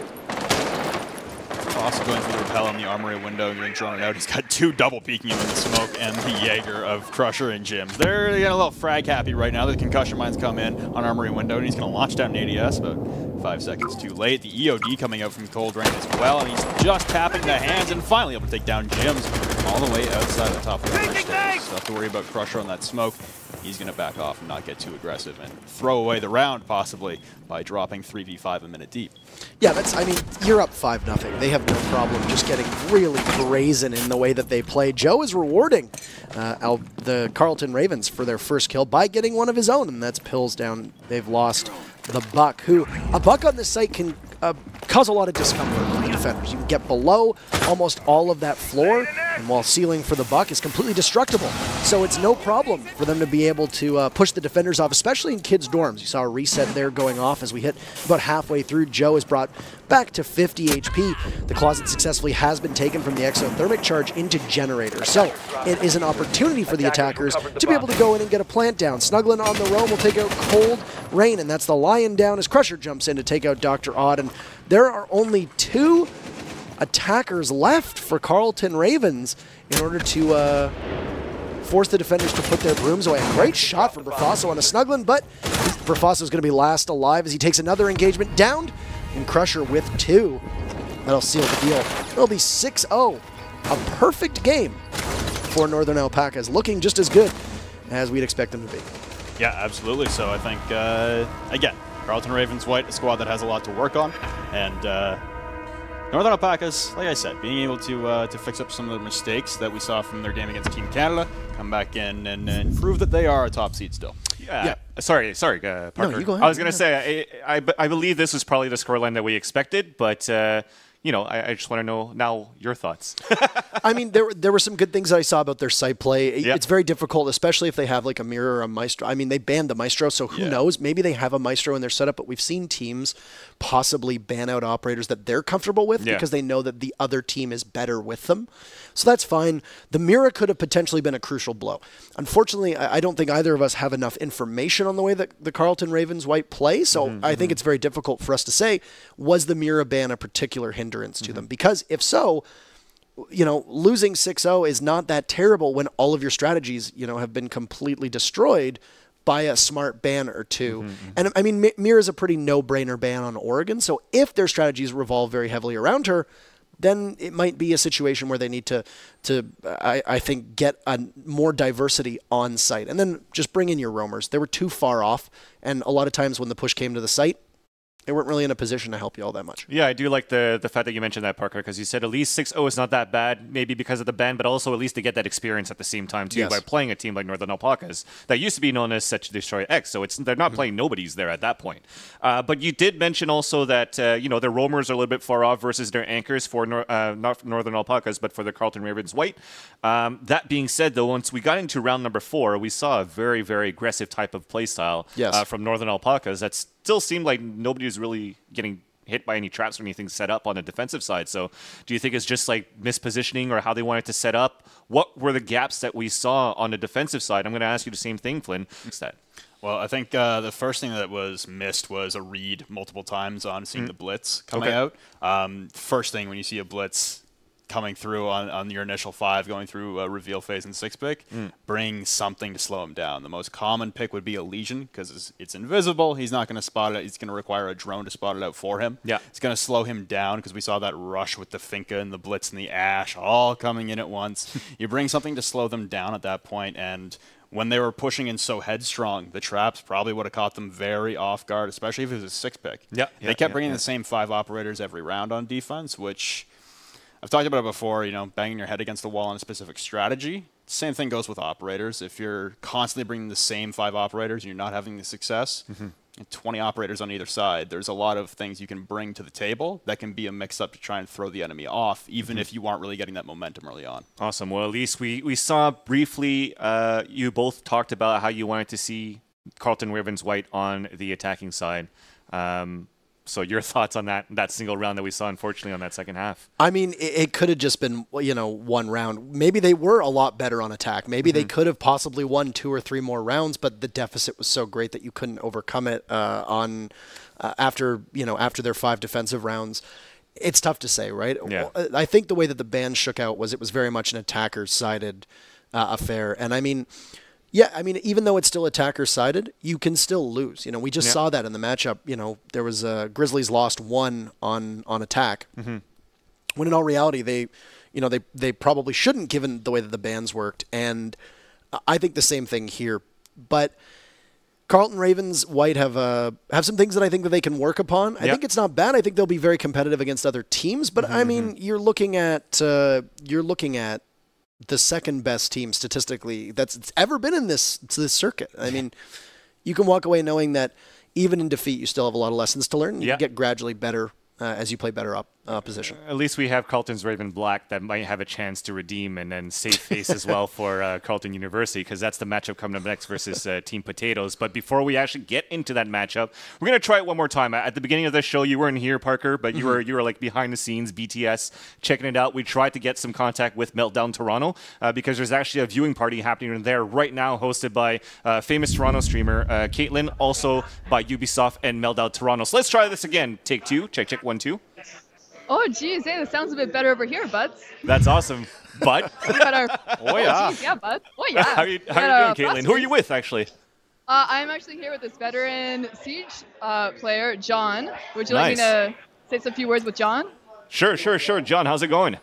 Yeah, so how's it going, John? I'm pretty good. It's good time here. So what rank are you in Siege, John? Copper 4. Solid. Veteran player. Veteran player. Veteran, yeah. So what operator do you main, John? Oh, Chonka. Do you have a hard time getting to that operator first before everyone else in comp? I have a hard time not getting team killed for picking them. Sensible. And what's your, Yes. It's very sensible. What's your favorite play on Chonka?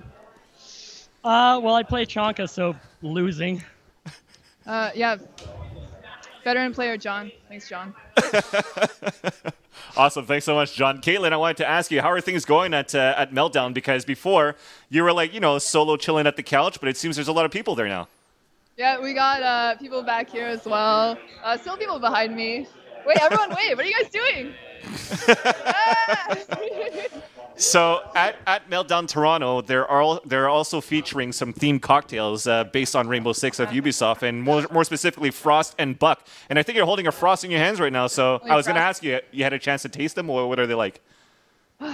So I requested a Frost drink, and I was hoping it would have Hypnotic in it, but it's mostly vodka, so it's kind of hard for me to down.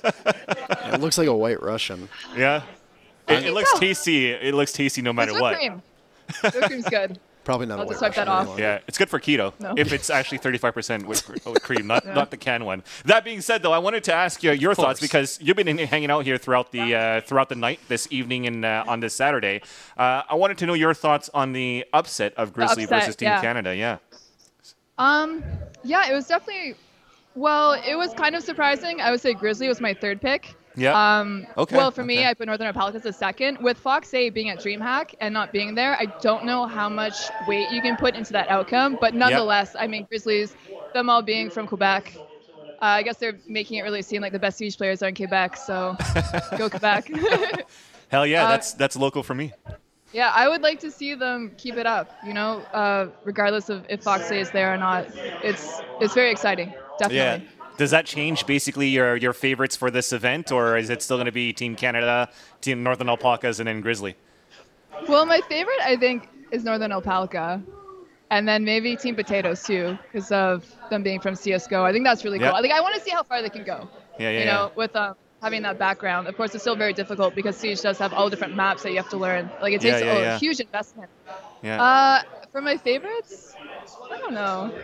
I'd say I like all 4 of them. I like everyone though. I didn't think that the Carleton Ravens White did too bad. So that was nice too because I really like seeing university esports do well because it's hard when you're in university. And I used to be a part of the team in my university, so I like seeing that too. It's very inspiring. John seems shy or giggling. Does he have any favorites? Maybe we could ask John what his favorite team is for this event here. Whichever one picks Chanka? Yeah. Pardon? What's your favorite team? Alpaca, as long as they can get over the humps. Do they have humps? Do they get camels? It's close enough. They're like llamas. They're like llamas. Yeah.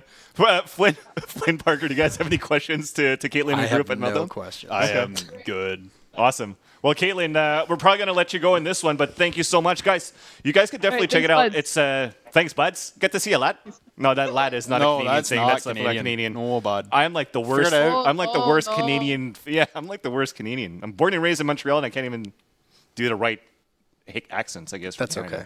That being said, though, Meltdown Toronto 686 on College Street. I did check it on Google Maps this time while you guys were casting, and it's open till 2 a.m. But I'm pretty sure Caitlin's not going to be there till 2 a.m. So if you guys want to do a meet and greet with a famous Toronto streamer, make sure you guys check it out. Big shout out as well to Meltdown Toronto and to Ubisoft. That being said, we have one more matchup coming up today or tonight. It is going to be Team Potatoes versus Northern Alpacas. No, not Northern Alpacas. Nope. Carleton Ravens Black. But I think I'm going to put you on the spot as well, Parker, because I've been doing the shout-outs and the plugs about these chibis. And you're a seasoned caster as well as Flynn. And Flynn doesn't like to talk about the chibis, but what can you tell us about these chibis, man? Those appear to be the 5 new chibis that have been launched after the original lineup. Obviously, the Thermite one is probably your particular standout. I mean, just look at him. He's so giddy. He's on a box of dynamite. It's great. And they sell out quick. And they sell out very quickly. So, I mean, a lot of people are really into them, and you know that they're a pretty hot ticket for people that support the game. You know, obviously, I would assume that there's probably going to be more after these 5 are done, but if people are interested in purchasing them, it's probably a good opportunity to try to get your hands on them as quickly as you can. That's right. So you guys can check it out on store.ub.com. Well done, man. And at the same time, if you guys purchase one of the chibis, you also have a unique code to add a charm onto your weaponry in-game. So make sure you guys check that out. With that being said, let's take that break and come back here for the the Rainbow Six Canadian Nationals. We'll be back right after this.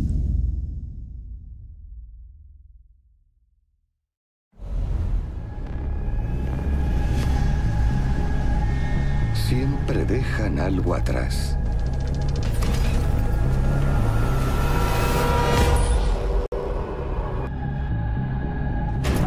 A ver esas caras bonitas.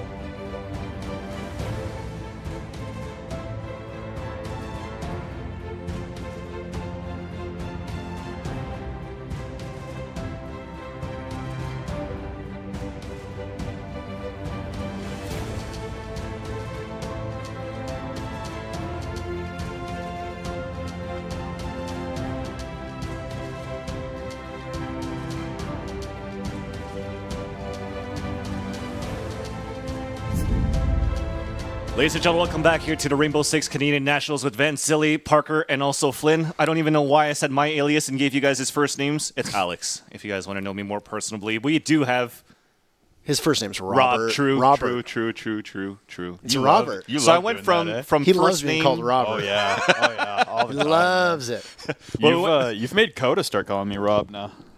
It's getting a little irritating. And you love it. He hates Robert. Yep. Why? Just... We're not going to get into that. He's like Sherry, just wants to go by Flynn, man. There you go. I thought we might have had a chance to talk about it a little bit, know a little bit of the dark side and the secrets of Robert Flynn. My personal life is a dark, close secret. Oh, no one will ever know. I kind of have a gist from like the on-air, off-air talks that we have. No, I'm just kidding. You're a really, really nice guy. I'm not afraid of you at all.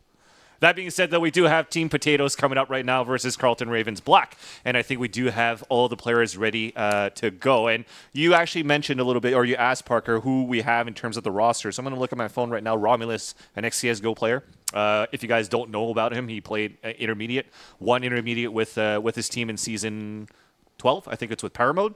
And then after that, actually got a little bit of a break because the scene for the Canadian side for CSGO isn't that big. They don't really have a chance to shine as much as you see in the other events worldwide right now for CSGO. So I guess he tried to stint with Rainbow Six. Did pretty well so far, as Team Potatoes did get an upset win, in my opinion, versus Grizzly 6-2 last weekend.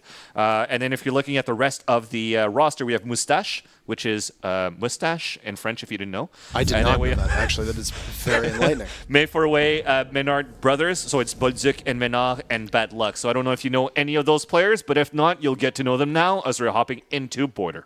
So on Border, a couple things to look out for. Very popular first picks here. Obviously for bans, Thermite is usually always the first ban, but no. We'll shoot conventional wisdom and go with a Blackbeard, which is very interesting to take care of a Blackbeard. I think to properly execute that Thermite ban that we've been seeing a lot on Border, you have to kind of also bring that that passive playstyle that we really saw SK implement against EG. When you're still trying to peek around corners and get hyper-aggressive on a roam game on Border, regardless if the Thermite's banned out or not, the roam clears always still come out very effective on Border. It's not a map that you can really roam Archives lockers on too effectively. So it's taking a little while, and a lot of dilly-dallying. A Hibana ban on Border is not something you see every single day. There are a couple maps where Thermite really shines. Consulate is typically one of them. Bank is another. Border is also in that discussion. And in taking a Hibana out seems to me like maybe a bit of a squandered ban for Team Potatoes here. They do get the second ban on the defense, and it'll be right away a Mira, which, yeah, Mira is the most common ban that we've seen up there with Hibana, definitely, and of course Mira has her uses on every single site on Border. Yeah, I'm surprised it's the Hibana instead of the Thermite, though, as that hard breach ban, like we talked about. Typical, and Castle being banned out by the Carleton Ravens Black Squad, so I guess they don't want to bring anything to deal with Castle. They don't want to deal with Castle barricades, although we haven't really seen a lot of Castle setups for at least top floor. I can't downstairs, and I can't even remember the last time we saw Castle ban. Period. You know, it's Castle really only sees. Well, I mean, he only sees consistent play on one site, and with the site rotation, if you go to 3, like Customs Mira is very vital on. You can run a Castle on Customs, but you don't see it all that often. You mostly just see him on Ventilation Workshop downstairs, which is, you know, your secondary fallback site. This might actually push Customs into the second most picked site because trying to defend Ventilation and Workshop without a Castle can be a pretty onerous task for the defense.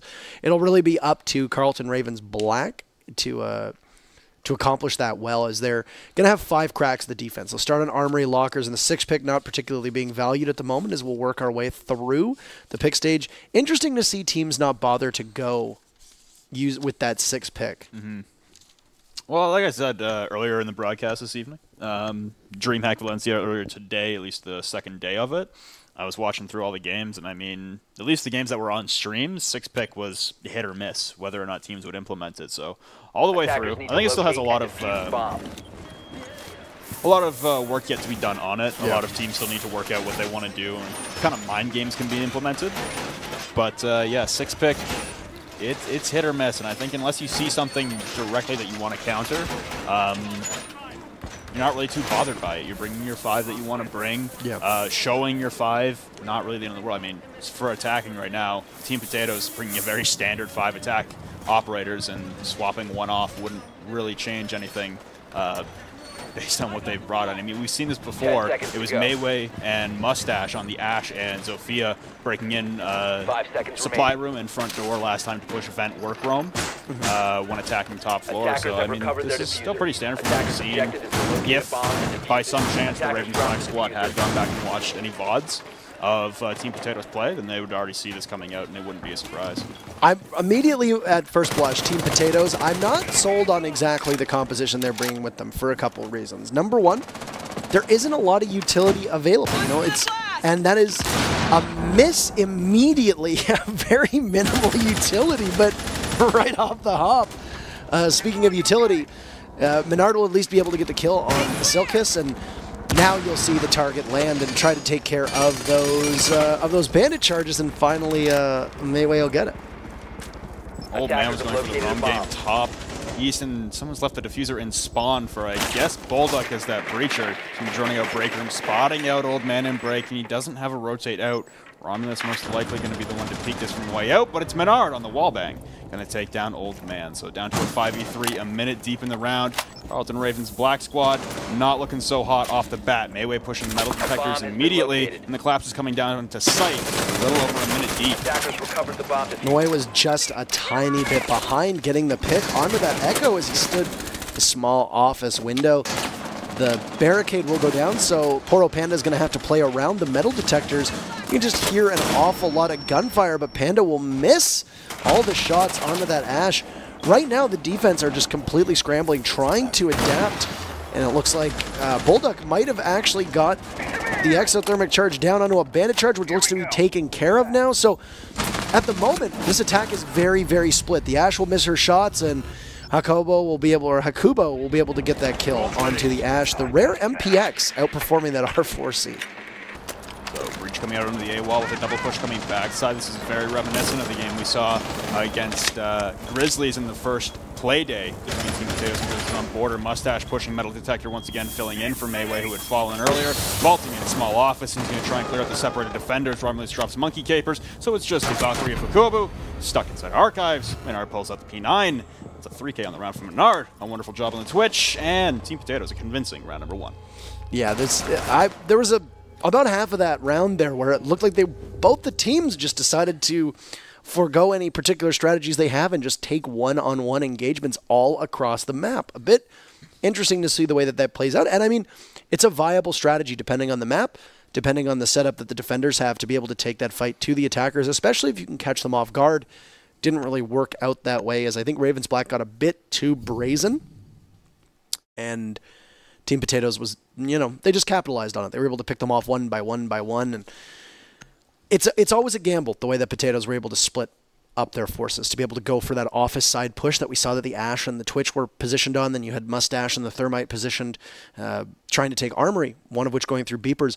A very interesting split push that could have possibly been countered from one or two gunfights from Ravens Black, but they just weren't able to get the shots they needed.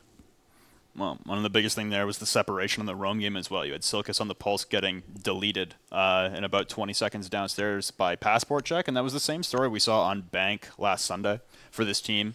The Carleton Raven squads playing against each other, and it was Silkus solo on the roam every single round, not having any support. Really unfortunate that the roam game was so separated once again. You saw the Bandit try to come in for support at the top east stairs, and then back off the break room, again, separated from any kind of help, and a beautiful execution by Team Potatoes to cut them down one by one. I mean, this is the second map in a row as well where, I mean, we're still a little too early here to say this with great, you know, definitiveness, but it's the second time where the roam game really hasn't been where it needed to be. You know, you had the pulse downstairs a bit disjointed, then the rest of the bodies were all close enough on site that you really lacked a significant amount of map control. And Border is a map where if you can ensure that there's nobody playing from below and everybody's on site, you can make the defenders' lives hell by just simply going from below, taking that destructibility and really running with it. Now, for the attackers, they have an Ashe and a Zofia in order to, you know, shoulder that load. They don't have the buck available to them, which has seen a lot of play here on Border, and Mustache will actually run and use one of those lifeline grenades to blow open jail and work his way in. We've actually been seeing a lot of Zophia's run breaching charges as of late, so that that utility can be used from farther away and possibly put down 3 breaching charges in lieu of a buck, or be able to take any soft walls without having to, you know, worry about expending how valuable those grenades are. Breach is coming out from below once again. The round's looking very similar. Also, that ass charge hitting the light. I don't think he's aware that that light is indestructible from a breach charge, or really anything. Nitro hits it, it also won't detonate and kill the defender sitting above, or the attacker, sorry. So ping's coming out onto both those defenders, playing on the east stairs. It's Old Man on the Vigil and Silkus on the Pulse. Pulling out the cardiac sensor, very vulnerable to any peeks from the rooftop, where currently Romulus is stationed. Pinch coming from Mayway, coming through Tellers as well. So a bad position for Silkus once again to be in, between a rock and a hard place. The backside just visible, lighting up his arm, dropping him to about 20 HP. Silkus going to go prone and try to evacuate to safety. He's got no escape as Romulus has his rotate from above. It's just a matter of time. Mustache going to take down Old Man as he pinched in the top of East Stairs. Silkus gets dropped by Menard, and Romulus just stands watch at the top of the rooftop. Without being too critical, I want to know exactly what Ravens Black were considering with that roam, double stacking the way they were. They had very limited coverage. They were both looking in similar directions. I think maybe trying to push anybody that was coming onto the stairs. That's where the Pulse was. The Vigil looking up top in case there was somebody coming in through, you know, either of those doorways looking up towards East Main. But that's a lot of an investment. You've got 2 roamers really not occupying much map control. They're both situated in the same site. Yeah. I mean, that was actually very interesting. He was able to get that through. But as I'm trying to break down exactly what's going on, Moe and Romulus get kills. Monkey Capers is last man standing in a 1v4, susceptible to possibly being taken out by a Twitch drone. He'll get tased, very low on health, but Romulus is there to finish off what the Twitch drone had started, harassing him inside of the bomb site. And it's 2 in a row now for Team Potatoes. Yeah, and I said it right off the bat. Very hard to roam effectively on Armory Lockers. You can play a lot of control inside of Office and Fountain. Obviously, the mirror being a significant help to that if you had it available. But the roam game downstairs, it can work out. You know, having that Pulse playing inside of Workshop, maybe with a Vigil covering over by Customs with the ability to rotate main hallway, especially when they've realized, or hopefully realized, that the Ashe and Zofia are pushing the exact same way both rounds. Zofia in through detention and Ashe to the front door. If you can pick up on that and maybe position yourself to catch them off guard instead of just setting out on East Stairs, like you said. Not a lot of map control there being on East Stairs. Yeah. I think better positioning from those roamers downstairs could make a difference, as that's what we saw from Grizzlies as well. They recognized that the Zofia and the Ashe were both pushing in the same locations, the same time, every single round as fast as possible. And we saw a reaction from Grizzlies that actually kind of hindered that offense, or at least that aggression in the beginning. Ultimately, they still lost the round, but we're just looking to see an adjustment here from Carleton Ravens Black, because it's been a common theme today of people across the board kind of refusing to play dynamically and just kind of getting stuck in their ways. I mean, the one thing I've noticed from the attacking rounds that we've seen so far, too, is there's good drone play that's working from time to time to try to pinch roamers, but a lot of times the attackers are just sprinting into the building, not really exhibiting any cause for concern at all from the defenders in regards to them taking map control away. So the fact that you can have your Ashe and Zofia both entry through the main door, be able to put pressure underneath that armory wall without anybody even bothering to try and contest it. Nobody playing inside of Workshop or Ventilations. Nobody playing over by Customs.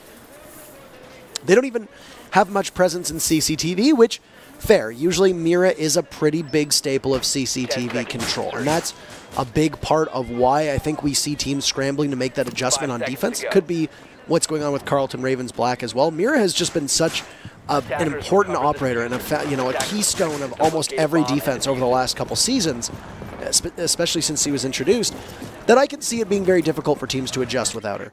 And that could possibly be it as well, if we want to dive into some speculation here as to why these teams are struggling to have this presence outside of the site. You did see for a second there, they had the Pulse up top playing an Armory, which is great, but an interesting position right now is, oh, he is joined by the Jaeger. I was going to say, it looked like he was up there all by his lonesome, which isn't a good investment. Usually you want to have 2 or 3 up top with an ability to get back down to site. It looks right now that there might actually be 3 defenders playing on the site, which without a castle can be particularly difficult. Yeah, you talked about it heading in as well with the Castle ban, Vent Workshop maybe not being the secondary site that we'd see teams go to, maybe opting to go customs instead, with whacking that castle to hold map control upstairs for as long as possible. Mustache already going for the immediate push in bathroom, will get taken down by Hakubu. The Valkyrie, Poro Panda as well going to snag a kill onto Bulldog, so that's the breach off the board and that aggressive Zofia. Mayway going to take down Old Man from the top of these stairs, and you have the aggressive push by Silkus here.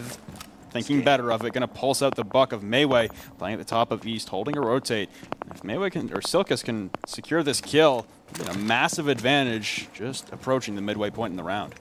Looking to see if there's going to be somebody who has the cross cut off. That's the twitch of Menard, but doesn't have an angle on the doorway if the pulse does opt to move out. There will be some drone work done. So this is the one thing that Team Potatoes has done very well, is their mid-round adaptation to be able to drone out the remaining off-site players and put the pressure on them, where they need to. And that's right now a big distraction from the Buck to try to lure out the pulse. Will hop on his heartbeat sensor, but you looked the wrong way. Your eyes could have done the job that the sensor did, but you're not quick enough, and the Buck pick up his second kill to equalize at 3v3 with just about a minute to go. Panda trying to hard hold the bathroom with an ACOG up close. Not the ideal position to be in. He's going to be pressured by Romulus. He's going to secure the kill. Hakobo again peeking through that rotate, able to refrag. It's down to a 2v2. Mayway and Menard, the last two, the most aggressive, vaulting directly onto Monkey Capers. Just the smoke off the board. It's all up to Hakobo now in the back of Workshop, seemingly having a nitro cell in his hand while shooting, but I assure you it is the MPX trying to pre-aim towards anyone. Diffuser lost in the bathroom hallway with 35 seconds remaining. Valkyrie Cam's constantly pinging Menard. Mayway on his drone trying to ascertain the location of Hakubu as he's just holding an angle inside a bathroom. Time ticking down against the attacker, but Mayway gonna spot out Hakubu. He's in a bad spot now. Only saving grace is he is covering that diffuser as Menard pushes in. The wide peek from Mayway as he heads in behind the server rack. It's a 3-0 lead for Team Potatoes. And the Buck there being a very good addition to the team, not just in terms of the gadget, but also the fragging potential. The C8 is a really great weapon, especially if you're running it with a holo. I know a lot of players have said that running it with an ACOG is one of the more challenging guns to acclimatize to. And that's okay. I mean, you're able to put the pressure on a map that has a lot of destructibility to it with that skeleton key. It's why Sledge was seen on Borders so prominently as well for quite a period of time, and now why we're seeing a Buck get played. The one most interesting aspect to me that we haven't seen is an IQ, and particularly the lack of Jaeger. This is a very grenade-heavy site, especially if you've got somebody bandit tricking, especially if you've got somebody playing behind the bomb, because when you're looking at the sites, usually you're going to have somebody in a position where there's some kind of netting or window above them where you can lob a frag grenade over quite easily and secure a free kill if there's no ADS in place. Now, as I say this, there is a Jaeger right now on the defense that'll be available, and hopefully those 3 ADSs or magpies, as he has the flying ace skin, will be used to try and stop any frags getting tossed over. But right now, the only operator that's been run for the second round in a row is a Buck. Previously, there were actually no frag grenades available for the attackers, so they've got that available to him, but he'll be hard countered unless they can take care of the ADS, which will be Menard's primary job if the Thatcher can't take care of it. But it is very interesting that they're doubling up. They ran the Ash and the Zofia together. Now they're running a Twitch and a Thatcher together. Just in terms of spreading your utility out as a team, they're investing very heavily in operators who do very similar things. It could possibly be used somewhere else if they switched off the Thatcher or even the Twitch, because I would argue you don't really need the Twitch here, and run the IQ. I think that possibly would have paid more dividends for them because her gadget is so good at spotting out those Valkyrie cameras as well as the Vigil. Yeah, we saw that be a slight deterrent from Menard pushing the main hallway, and then things coming out onto Mayway, the Buckasy, wide peak server hatch, or not server hatch, server rack.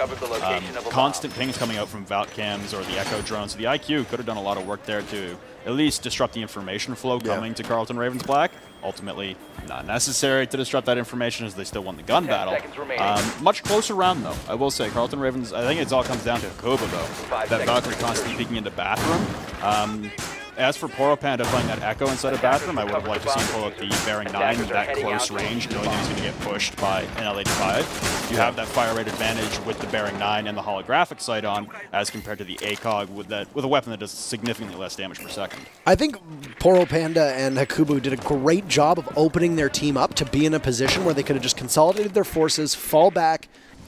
You don't really need to have map control as much at that point when you have a 5v3 advantage, but I don't know how many times I'm going to have to reference that dreaded 5v3 lead where teams tend to take advantages and get, a little bit too aggressive. But speaking of, that's Old Man gone. The Jaeger just gets absolutely torn to pieces by the Thermite, as it didn't even look like he had the Jaeger pinned down. Just went for a shot through the barricade, was rewarded with a kill.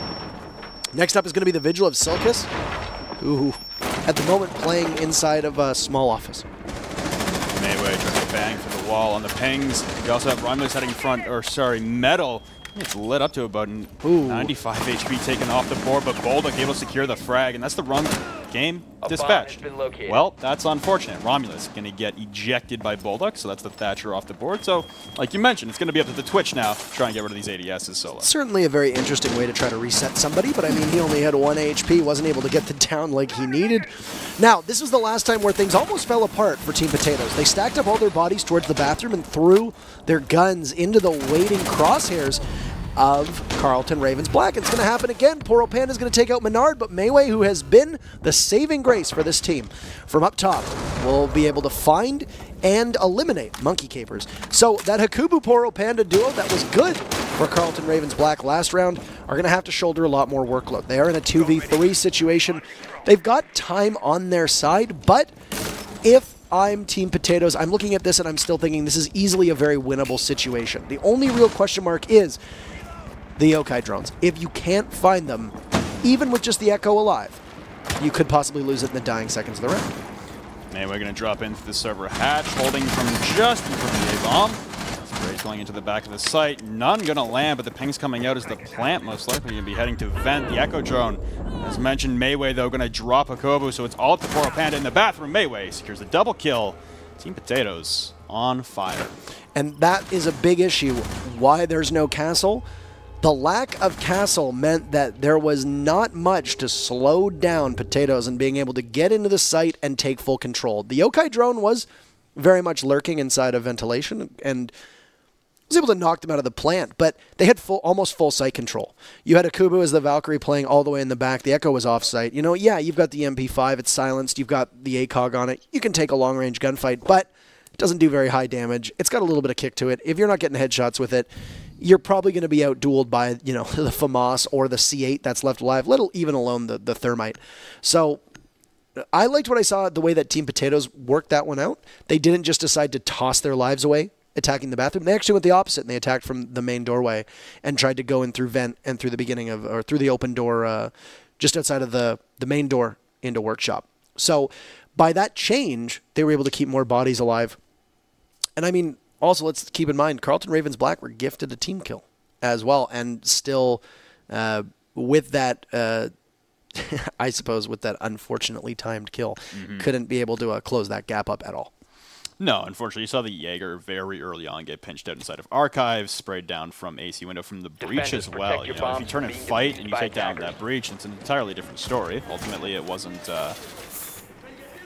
even useful in the round or effective or utilized at all. Thermite not exothermic charging anything. But now we're seeing, yeah, CCTV hold coming out from Carleton Ravens Black on their last attempt at the defense to go back upstairs to Army Lockers and Archives. Gobu going pretty far out. I'm interested to see where they're going to try to stack up the defender gadgets. So they've got the Vigil who's working his way towards East Stairs. That was where we saw him play last time around. He had the Pulse there joining him too. Now, Monkey Capers dropping both of those goo mines also towards East Stairs suggests to me that they're expecting the push from Team Potatoes to be a very heavy East push, to possibly try and take, with at least 2 or 3 of the attackers, those offices and fountains. Now, this is very similar to what Team Potatoes did the first time around, which was they took Armory Wall, and then they had the rest of the attackers all move in towards Fountain area from the East Stairs. So, I mean, it makes sense for them to try and do that. But Silkus in really, really rough shape. He's been droned out and is essentially trapped at this point, but Mustache, I don't think, realizes where he is. Mayway's going to get the first kill. The Vigil sprayed through the wall. Mustache will get the kill, even though you can see the Twitch trying to take it away from him, and already it's 4-0 for Team Potatoes, and they have a 5-3 advantage. They've taken out 2 of the off-site players so far, and they can just now freely sprint into site without worrying too much. Still have Okobo as the Valkyrie playing inside of offices, I believe. Yeah, inside of Fountain, actually, with no reinforcements around him. A very dangerous position if he gets pinged out for kind of pre-firing metal detector core where Mustache had stood. He's going to back off and go for a drone now. Again, Team Potatoes have that 2-man advantage, and they're not looking to get too aggressive and throw their lives away. Still taking this very seriously and want to ascertain which side they should probably go for that would be the most effective. We've seen the double-sided pinch onto this objective multiple times from this team and have it be very effective, and no reinforcements on the fountain walls. Unfortunately, he's going to leave this Valkyrie very exposed. The peek around the corner, Mayway going to drop down to Kobu and to a 5 or technical 4v2 as Mustache escapes down west stairs as he's been downed. Could withstand, but he's going to wait for a teammate. No, he is actually going to go for the withstand. Monkey Capers, though, peeking into Archives.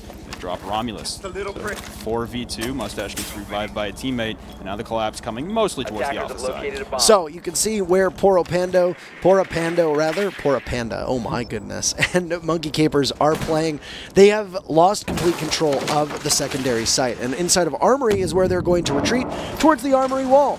And this is a good way for Team Potatoes to stack up their utility, but Mayway will use a grenade that gets eaten by an ADS. 2 big kills from Carleton Ravens Black, and they're in the best position that they've been to be able to lock away around both Mustache and Mayway. Very low on health. Only Monkey Capers is the one who is damaged on the defense. They've still got the yokai drones potentially in their back pocket for Carleton Ravens Black too, so that could be something that can aid them in the dying seconds of the round. And don't, of course, forget that the Legion should have been able to toss down his goo mines in great position.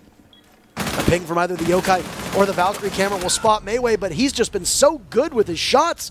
What little was left of Monkey Capers is gone, but this 7-second plant from Poro Panda, he'll knock out the buck, but a bit too early. Mustache able to rush in and find the Echo as he's too distracted in the 1v2, and that's a sweep on attack. And we'll have one opportunity for Carleton to possibly go on to attack and see how they fare as we're on match point. This could be the final round of the evening. Very decisive games, we could say, thus far. Yeah, that rally back there from Carleton Ravens Black kind of looked pretty promising. Unfortunately, the Legion unable to hit the shots on the ping coming through the wall and then the wide peek through Archives' door. That's an entirely different story if the Legion wins that gunfight. Drops Diffuser down in Archives with 20 seconds left. Mustache has to push a 1v2 with no Diffuser in hand. Has to go for the frags with that Echo drone up in the air.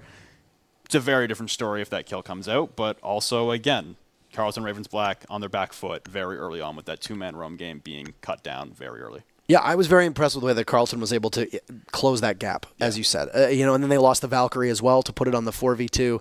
And then they doubled up, and you saw both Poro and Monkey Capers able to get the kills to bring it back in line with the 2-2. The biggest issue there was just simply Monkey Capers needs to take full responsibility for the end half of that round, missing his shots onto the buck.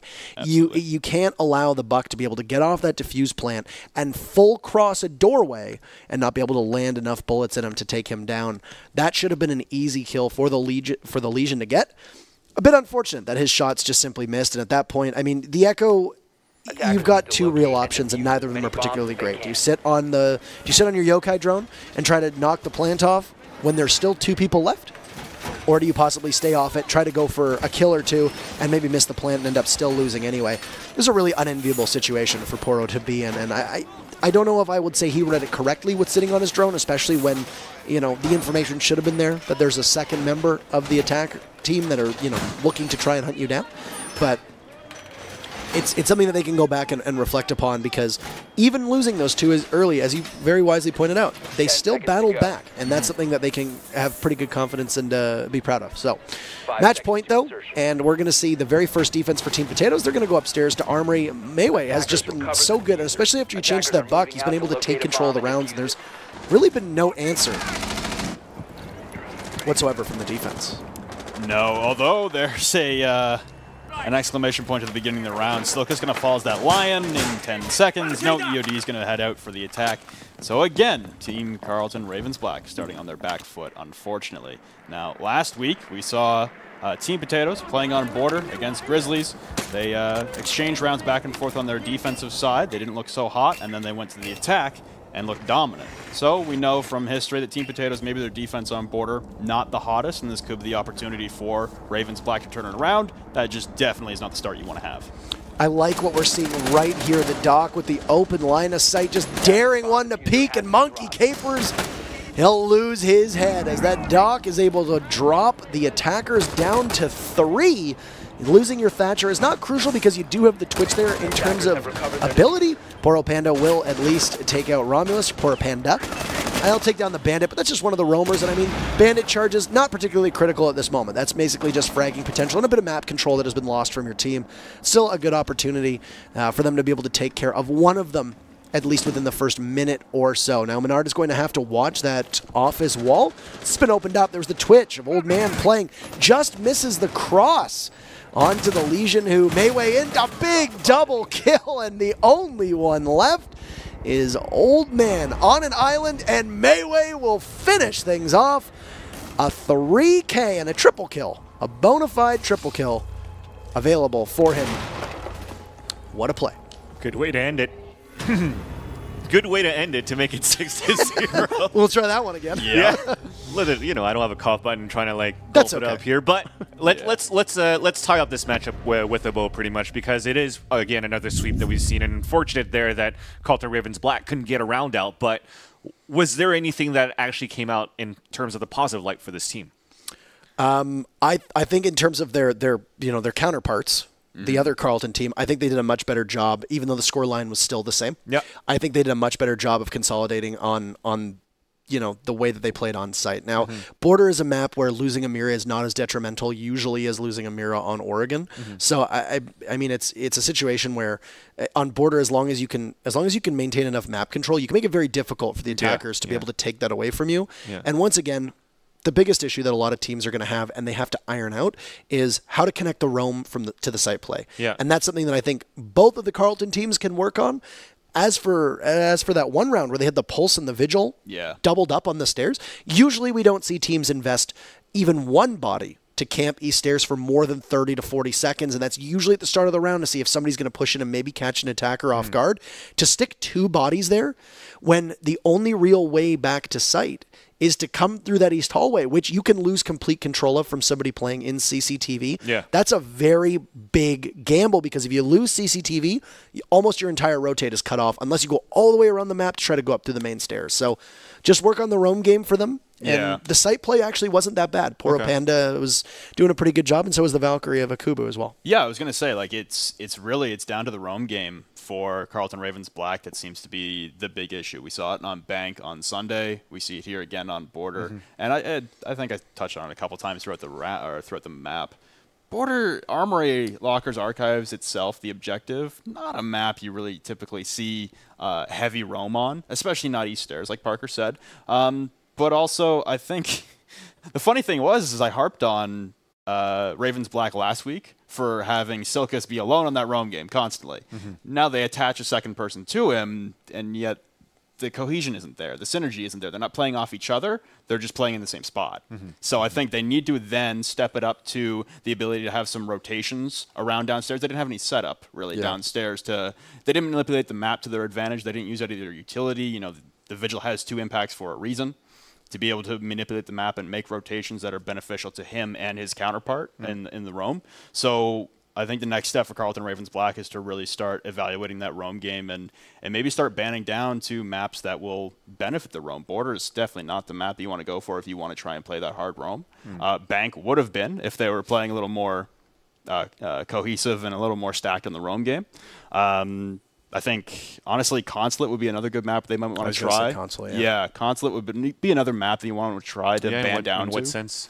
It's just in the sense where it's like you can, on Consulate, all 3 sites on the map work great. You're usually very similar to Oregon. You're usually going to see presence from at least one roamer on every floor. I mean, you don't need to, but if you're playing lobby, you're usually going to have people on both the second and the basement floor. It's just the way it works out. And I mean, if you're up top, you probably only have somebody on the main floor. Yeah. But I mean, it's not also unusual when they're on the in the garage of Consulate to have bodies on the main and top floor as well. And if you want to play a roam game that wastes a lot of time, you have to pick a map for it. Border, as Flynn pointed out, is not always the map to do that. Usually, you're not wasting a lot of time.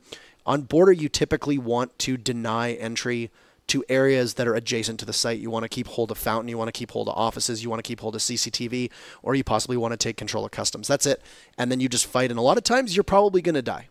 But you waste enough time to help your support players and anchor players on site to be able to pull out the victory. Close, because the support players and anchor players did very well for Carleton's, but I think Team Potatoes, they won a lot of gunfights, and that was really a significant difference maker Thanks for your insight, guys. And we'll continue to tie the bow here as we're going to conclude today's broadcast. So I want to ask you guys first, before we conclude this, is your highest highs and your lowest lows of today. Starting off with Robert, and then we could go on with you, Parker. It's definitely got to be the Grizzlies game. Yep. Grizzlies taking down Team Canada. That looked masterful. And I mean, you kind of you got to lay that at the feet a little bit of Team Canada for just looking so lost on Oregon, a map that they've played brilliantly before. It can't all be Davide. It can't be just him. It can't be the eyebrow man that carries that team everywhere. Like there are other members of that team who are very good. I've talked about it before. That entire roster, any single one of them in a game can carry. Just nobody really stepped up in the game, unfortunately. And Grizzlies looked very good, like a much better step up of a team that we hadn't even seen yet. Yeah, I mean, the same thing for me. I was very surprised at that Grizzlies matchup. Not so much for Grizzlies' performance, but how bad Team Canada looked. It's the worst performance they've ever had as a squad. And I mean, in regards to Davide, who's Foxe, for those that aren't familiar with his first name, I think what was really lost was their strategies just were not there. You could tell a lot of times they kind of meandered through the map. They didn't look like they had that same wherewithal to know where to play and to essentially have, their in-game leader and their captain, who is Foxe, which is, I think, a very, important role for them to be able to put them in the places where they needed to be. And Grizzlies had good team cohesion. And that was the thing, is that individually those players might not be as gifted as the rest of Team Canada, sure, but the teamwork was what made it really all come together. And I think that was the huge difference maker. And Grizzlies look like they're getting better and they're improving at a pace where they can actually start to challenge, the two teams that won last season and possibly even win it all. At least it's not over for Team Canada, because this is only the second weekend actually of the Rainbow Six Canadian regionals, or nationals rather, and this is the first season.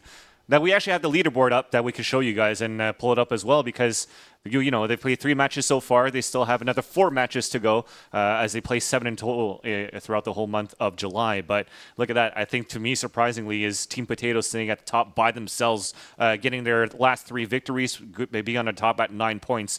We actually have a 4-way tie of Grizzlies, Mirage Esports, Northern Alpacas, Team Canada. And then we have solo sitting there at 6 is going to be Carleton Ravens White. And yet to put a point on the scoreboard is Carleton Ravens Black. And One Way Gaming, moment of salvation is that at some point throughout the next 2 weeks or the next 2 weekends, those 2 teams will face off. So they'll actually